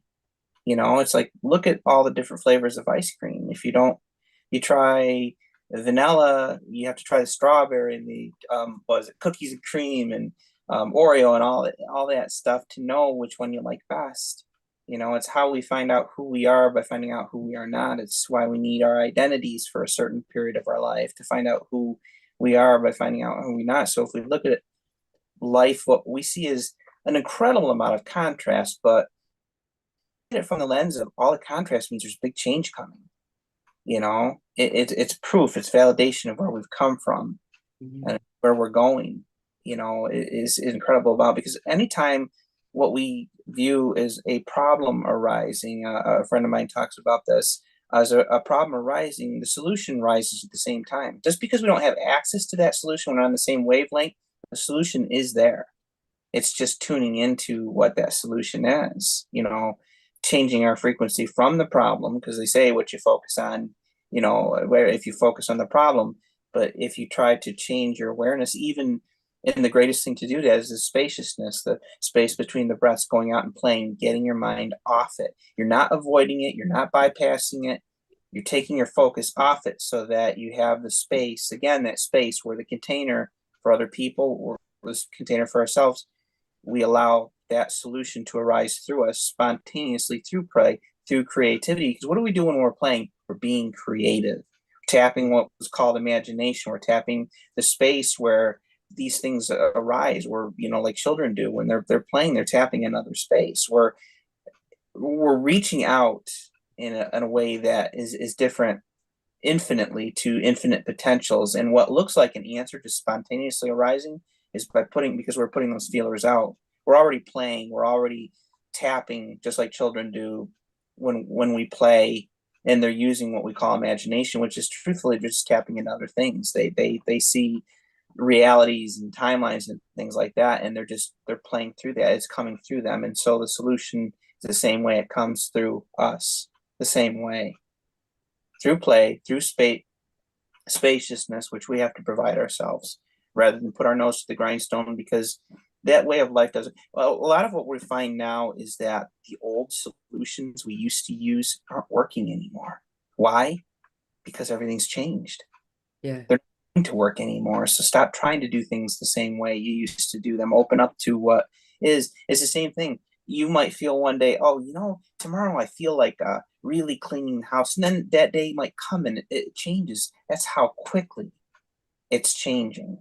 That's how quickly things are moving. And so you just kind of, just like the water lapping at a shore, you let it move through you. Emotions, feelings, all this stuff is not happening to you, it's happening through you. Yeah. You know, everything is happening. And so yes, just remember that we're seeing an incredible amount of contrast, but the contrast is exciting because it means there's a whole new world being birthed. I mean, what is it like when a woman is about to give birth? It's the most incredible experience, but it's not the most pleasant either, you know, in many ways. It can be both, but Yeah. it means there's a whole new world being birthed, a whole bunch of solutions. And you look at it from that perspective, it can be rather exciting. What it looks like is not what it is. We have to remember that what we see with our eyes isn't always, you know, what is it? There's a saying, truth is, you know, what is seen is not always what is real. You know, Right.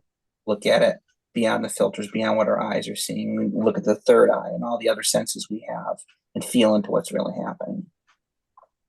I have to say this, Brian, because this is the third time that song came up, A Whole New World. And just as it was playing in my head, don't you dare close your eyes. You said eyes.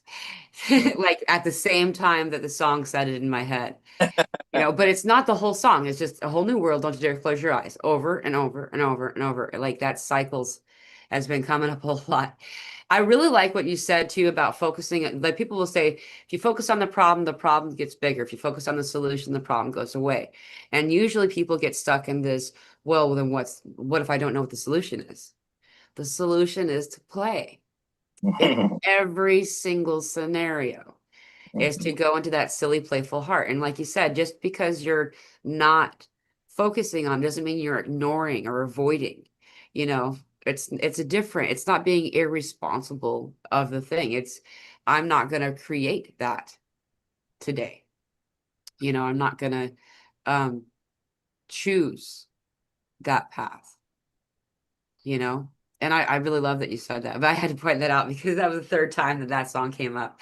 Yeah. And when And even Brian if, was, sorry, oh, go ahead, no, Layla. no, it's okay. Go ahead, love. I'll make it quick. Just I had a visual coming up, like you heard the song, and I've heard that song a lot coming up over the past couple weeks. A whole Yeah. new world. Yeah, and I'm like, why is that song? And the carpet and the I didn't even see the cartoon that it's coming from, but when Brian was speaking, I just was getting the image of yes, with the creation and the energy and the flow that's involved with that. And you were talking about the chi and all of that and the flow of it. But it's funny because also the thing I love, and I love that you brought up how kids sing, they're like making up as they go along. And I just I washed the potatoes and now I'm going to go do this. I love when they do that. It was just Yeah. a fun memory you brought up. But when Brian was speaking, I also saw the image of, okay, after you've done all the creation and we get into exhaustion, now we're in a time where exhaustion can also equal time to go shut it down and get downloads that you don't know are coming in. Like you think you're just overwhelmed, exhausted, but really it's something saying, please go lay down because we'd like to bring something in. And that happened to me last night. But as Brian was speaking, I got the image and they have jokes about it on YouTube. They have little things or memes where the little children, it's like they're just like one fell asleep on the TV, one fell asleep on the rug, one fell Yeah. asleep in the kitchen, one fell asleep on the steps to go into the house. It's that like when you just go to sleep anywhere, you're just tired and you just like wherever you are, you go. It's funny the concept. We go back to our bed every night or whatever, but what if we just say, I'm just going to sleep over here, fall asleep in the chair, fall asleep on the couch, and that's all okay too. But I love the image of the kids. They're just so into intensely the presence of the now that they're like, I'll just fall asleep, even if it's an unnatural position. It's just Yeah. there's something so beautiful and pure about it. It's just I don't know, that image and that memory of that, just fall asleep wherever you like. Yeah. Give up. In the That's water on the true. shoreline, that was my favorite. Go ahead, Layla. No, I was just ad-libbing. Yeah, I was like, that's so true. When she had mentioned how children just fall asleep any type of way, like my son has fell asleep literally like hanging off the side of the bed, and Yeah. it's giving me so much anxiety. Yeah. 'Cause I'm like, what are you doing? I'm like, is that even comfortable? But yeah, it just goes to show how much they are just like so in the flow of it doesn't have to look any particular way. Yeah. It's like whatever feels good. Maybe, he needed to empty his mind. There is something where I forget what it's called. It's a particular yoga pose where you're upside down and all the blood flow goes to the top of your head. It's really, really good for your overall health and just overall spiritual awakening and evolution. But what I wanted to talk about was when you mentioned like if you don't know the solution, right? If you don't know the solution. If you don't know the solution when you're going through adversity, then tune into the feeling. How do you want to feel? Yeah. So always remember to go back to how you want to feel. You don't have to know exactly what you're meant to create or what you want to create. I understand in those spaces of turmoil and adversity, and when we're really cluttered in the mind, a lot of times we may not have that clarity, and that's okay. Again, return to the breath and remind yourself, how do I want to feel? Sometimes we're just creating the feeling. Yeah. It's not creating the tangible, and the tangible usually will be created through spirit, through the divine, in ways that we couldn't even imagine just by us tuning into the feeling. So just remember, you have the ability Yeah. to create your thoughts, your mind, and that's something that we're also breaking out of too. Is that we thought before that we couldn't control our thoughts or control our emotion. Like if something was happening to us, like Brian said, it's not happening to you, it's actually happening for you. Even Right. the stuff that I'm going through right now, like legal stuff, dealing with the government, it's literally a headache. I don't want to do it. And I've asked God, like, why am I going through this? And I'm being vulnerable right now. But yes, I'm going through this because I'm meant to see my power. I'm also meant to see the powerful alchemist I am, to Yeah. go against such a powerful entity. But who's more powerful than the government? God is. You can't touch God. You can't touch love. So I'm always remembered to tune into who I know I am, which is beyond the physical. It's this energy, it's this essence, it's this purity. So I just wanted to reiterate that. is, yeah, create the feeling. How do you want to feel? And to me, that's like what everybody has been saying: joy, love, play, all of that. And This is such there's a never, positive, awesome conversation. I've really been happy to be a part of this. You Yes. know, there's this other aspect of it that, a lot of us don't even often think of, like you just said, is that these things, they seem to be like, if it should solve a big uncomfortableness, like a big problem, we would use those words sometimes, then it should be equally large or complex. When in fact, most of the time it's not. The complexity is the problem, if you want to use that word.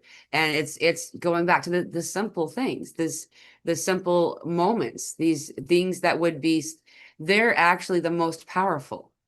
There's so many things that we can do every single day that bring us back to that 0 point, and like I've been looking at the comments. There's people who have been saying, like the P Factor says, I do talk singing all the time, and there's a whole bunch of people who are uh, giving us Weird Al Yankovic lyrics and stuff. And I love that, like being in that kind of play, that alchemy, that you're an alchemist, you're able to do this. And, you know, um, it's not so much about discovering some big secret thing. It's about realizing the powerful nature of the simple, what we thought was simple activities or actions, abilities, right? Just like there's so many beautiful treasures in this treasure chest that you've all brought forward today that, are worth more than it seems, I guess, because we're taught to minimalize the importance of some of these ways. And it's wrong. So we should probably, close this down because we've been on for over 2 hours, at least on the Zoom, and my daughter's probably wondering where I'm at. Though Perfect. I Can I am end? just, yeah, Can go I ahead. end? Oh, I'm sorry. Well, you finished what you were saying, but I wanted to end with my last card I pulled. I pulled 3 cards. I wanted to Okay. share that. Okay. Then I'll have you speak last. I'll give Varleigh and Brian like a minute or less to say something. I just wanted to say first that thank you all of you for being here and being part of the show today. Like this has been so much fun. It's just been a treat. And everyone in the audience, I've been reading your comments. I want you to know that the nature of how we went live today, it works better in a group to do it in Zoom and just go live.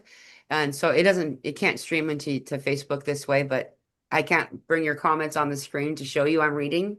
So I want you to know that I've been here and watching. And if anyone in the audience wants to join a show like this in the future, we're going to do them probably about every other week or something like that. I don't know, whatever flows. And so if you'd want to join us next time, please connect with me, send me an email or a message on Telegram, and I will keep you in that list of who wants to come on. Anybody who's here now that wants to come on is included too. So just let me know. And that's what this space is for. If you don't want to come on as a group and want to be on the show just you and I would also love that. So please reach out. I'm filling up my calendar right now for December and beyond. And so there's a lot of openings available. If you're interested, please contact me. I my desire and my intention for this is to provide a space, a platform for people to speak their truth. And every one of your stories is equally important. Hollywood makes it seem like often that these big, incredible, overnight, profound changes in mind and body should be the only measurement of what a spiritual awakening, important spiritual awakening story is. And that's not true, right? You are all equally important. All of our stories, the fundane stories, as well as the ones that, are like rocketing you into the ninth dimension of existence, so let me know if you want to be on the show. And so I don't know who's going to go first, Brian or Varleigh, and then have Layla finish off with doing the last of her reading. Brian, you want to go? Basically, just to say that what you said about stories is true. Our stories are evolving. We have shifted things in timeline or reality just for this conversation. Everything's changed again. Mhm. but our lives, our time, even what we consider the things that have happened in history are still, they will never end. There will always be another chapter, always be another story to it. Even like the stories that collapse, like we were talking about earlier, when we change those, they still exist in some other space and time. They're just not part of our current reality, Yeah. but they're part of who we are, part of what made us who we are, what we are. They shape us, we shape it. It's a co-creative reality, but we're still constantly writing those stories, and we always will. And like I said, in this conversation alone, maybe the people will comment or whatever, but already everything's shifted again. We've reset everything again just by talking about this, because we went into that creative, playful space together. Not just the four of us, but everyone listening to this, everyone that will listen to this, everyone that has listened to this. Right. And you're here for a reason. All of you in the audience, you're not here by mistake. Mistakes don't exist. We never make mistakes. No matter what we think is never a mistake. It's just an experience. Love it. Absolutely. Thank you. Again, I'll just say, oh, did you want to go, Layla? Yeah, so Varleigh will be next, and then I have a comment to read directly to Layla, and then let her Okay, take then us she'll out. close it out. Okay. I was just going to mention that when we talk about a problem, because we all are facing things that we consider problems or adverse, and again, it's seeming adverse, as we've talked about. You need contrast. If there are no contrast, there would be no ill people. That would mean there are no healers. There'd be no purpose. So we are agreeing silently to this kind of game, and the whole thing is a game. And it's only going to be as serious and grave and as detrimental to our own health as we make it, right? And so part of that is there's no one solution. There are infinite solutions to any quote unquote problem.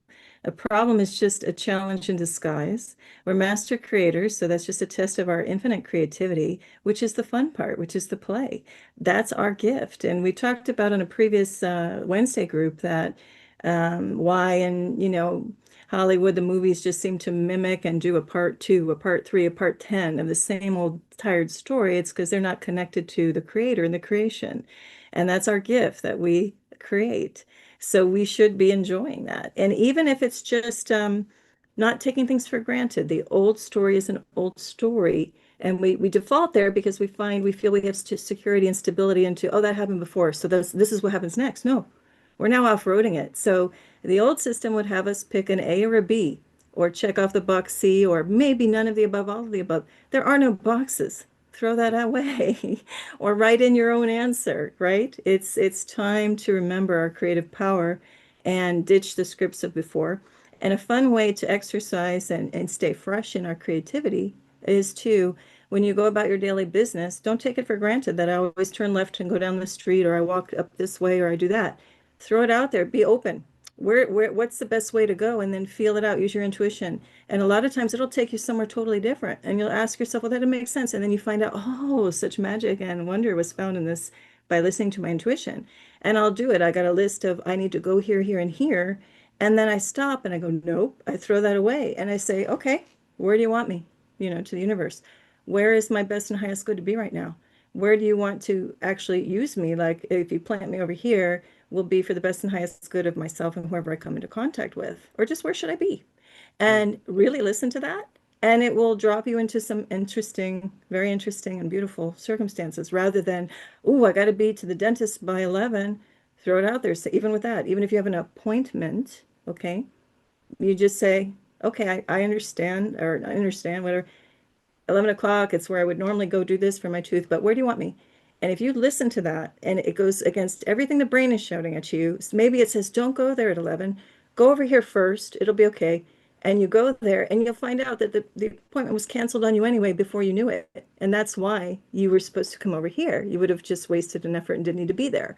So when you start trusting your intuition and yourself to that level, that's when the real magic happens. So I'll just leave it at that. That's beautiful. The P Factor says Var laying it down. Fun. Cass Kelly has a question for Layla. She said, or a comment, I guess. I've been experiencing similar, like they're holding on, kicking and screaming as we're ascending or anchoring the light, remaining in faith of all happening for us. And, that I would just add this last bit and then give it over to you, is that creator, we're made in the image of the creator. That's supposed to be that way because we're the creators. And in order to be in the most happy place, the most balanced place, is to create whatever creation means for you. There's a lot of different ways to create. So go ahead. Oh yeah, thank you. Thank you for that. And thank you, Varleigh. Thank you, Brian. This has been wonderful. Absolutely. We are definitely creators. And it's funny that keeps coming up as well, because that actually was one of my main focuses that I got from Master Yeshua, is to focus on create, like never forget the creative being that I am. And we all are. But I wanted to end with just a recap really quick on what Spirit is giving us today is, don't forget that life is speeding up. The antelope spirit. Thank you all for the ant Eloping. analogies. Yes, eloping. Oh my God, that was so on point. Thank you, Varleigh, for that. Thank you, Yes. Aunt Layla. Yeah. Yeah, with you. And Layla. Girl, are you a poet or what? Like, I'm so here for it. Yes, that's No, so. I'm trying to be punny. Sorry. It's Friday. I'm not sorry. It's Friday. Let's have Yeah, fun. Yeah, Putty's yes, awesome. yeah, sorry, not sorry. That's the creativity, right? Like Varleigh is a great example of that creativity. Auntie Layla, I'm fine being the spiritual auntie for you all. So call it in, yes. So yes, life is speeding up. And again, it's not that we're speeding up like in terms of like linear time. We're catching up to who we truly are, what we're meant to experience. And that's why a lot of things are coming up to the surface. And also, one of the reasons why time seems to be speeding up is so we can learn to enjoy our present moments better, to prioritize what Yeah. matters so we can stop wasting time, so to speak. Not that it's ever a waste, because it all, but we're coming into a time now, meaning a present moment, meaning the now, where, when they say time is of the essence, meaning like your life is precious. Yeah. That's what that means. Your life is valuable. Your moments are valuable. Spend it wisely. Not that you're spending it, but you know what I'm saying. Giraffe spirit, see the bigger picture, see the bigger picture of all that we're saying, seeing the bigger picture of the duality, the adversity, the soul, everything that everybody said is so you can see the bigger picture. It all serves a purpose, right? And the last one is so funny. Otter spirit, you are never, Oh, you are never alone. So we are living in very intense times. And even though there's a lot of love on the planet, there's still a lot of, density. There's still a lot of density that we're moving through. That's all part of the process. And the density is coming up big time so we can face it. Like you said, Mela, before, purification in the fire. And so just remembering you are never alone. This is even a big message for me, because even though I'm all about community and all that, I'm very much an introvert. And sometimes I do feel alone, even though I've submitted and surrendered to the aloneness. But you're not lonely. You don't have to be lonely. Being alone does not mean that you're lonely. You have your angels, your guides. You all obviously have Mela, you have Varleigh, you have Brian, you have yourself, your oversoul. Like, just never forget you're never alone, and seek community. That's what I'm also being called. Seek community. Put yourself out there in whatever way that is. I'm not saying you have to start a YouTube unless you're called, but put yourself out there so you can connect with like-hearted souls. Never give up. Even though a lot of us have been let down in relationships, we've let ourselves down. Maybe we've let other people down too. Learn the lessons.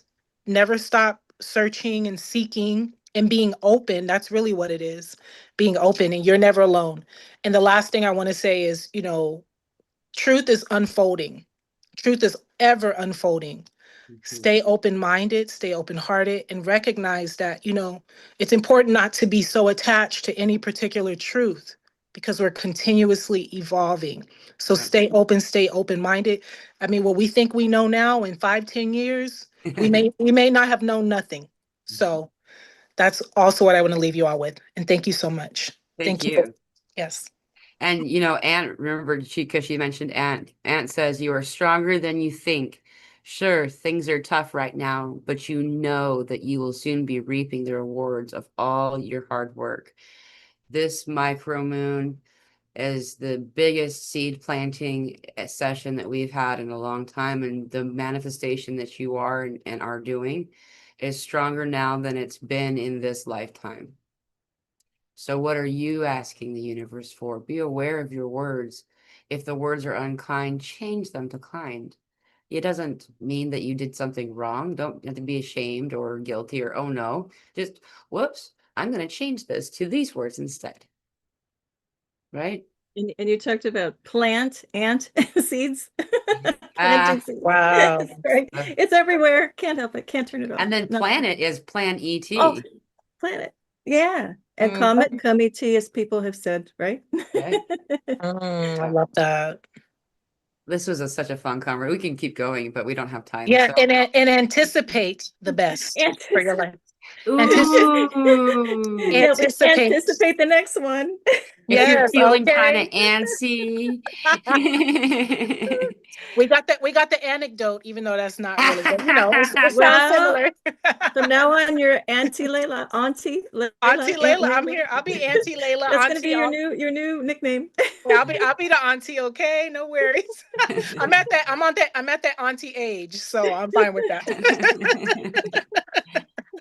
Wow, Yes. this is so much fun. And that's been mentioned in the comments. This is like really fun today. Like all of you and in the audience too. It's been really fun to read.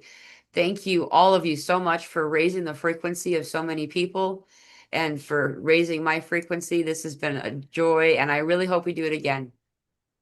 Thank you. Absolutely. Love to Thank all. you. Thank you. Peace. Aho blessing.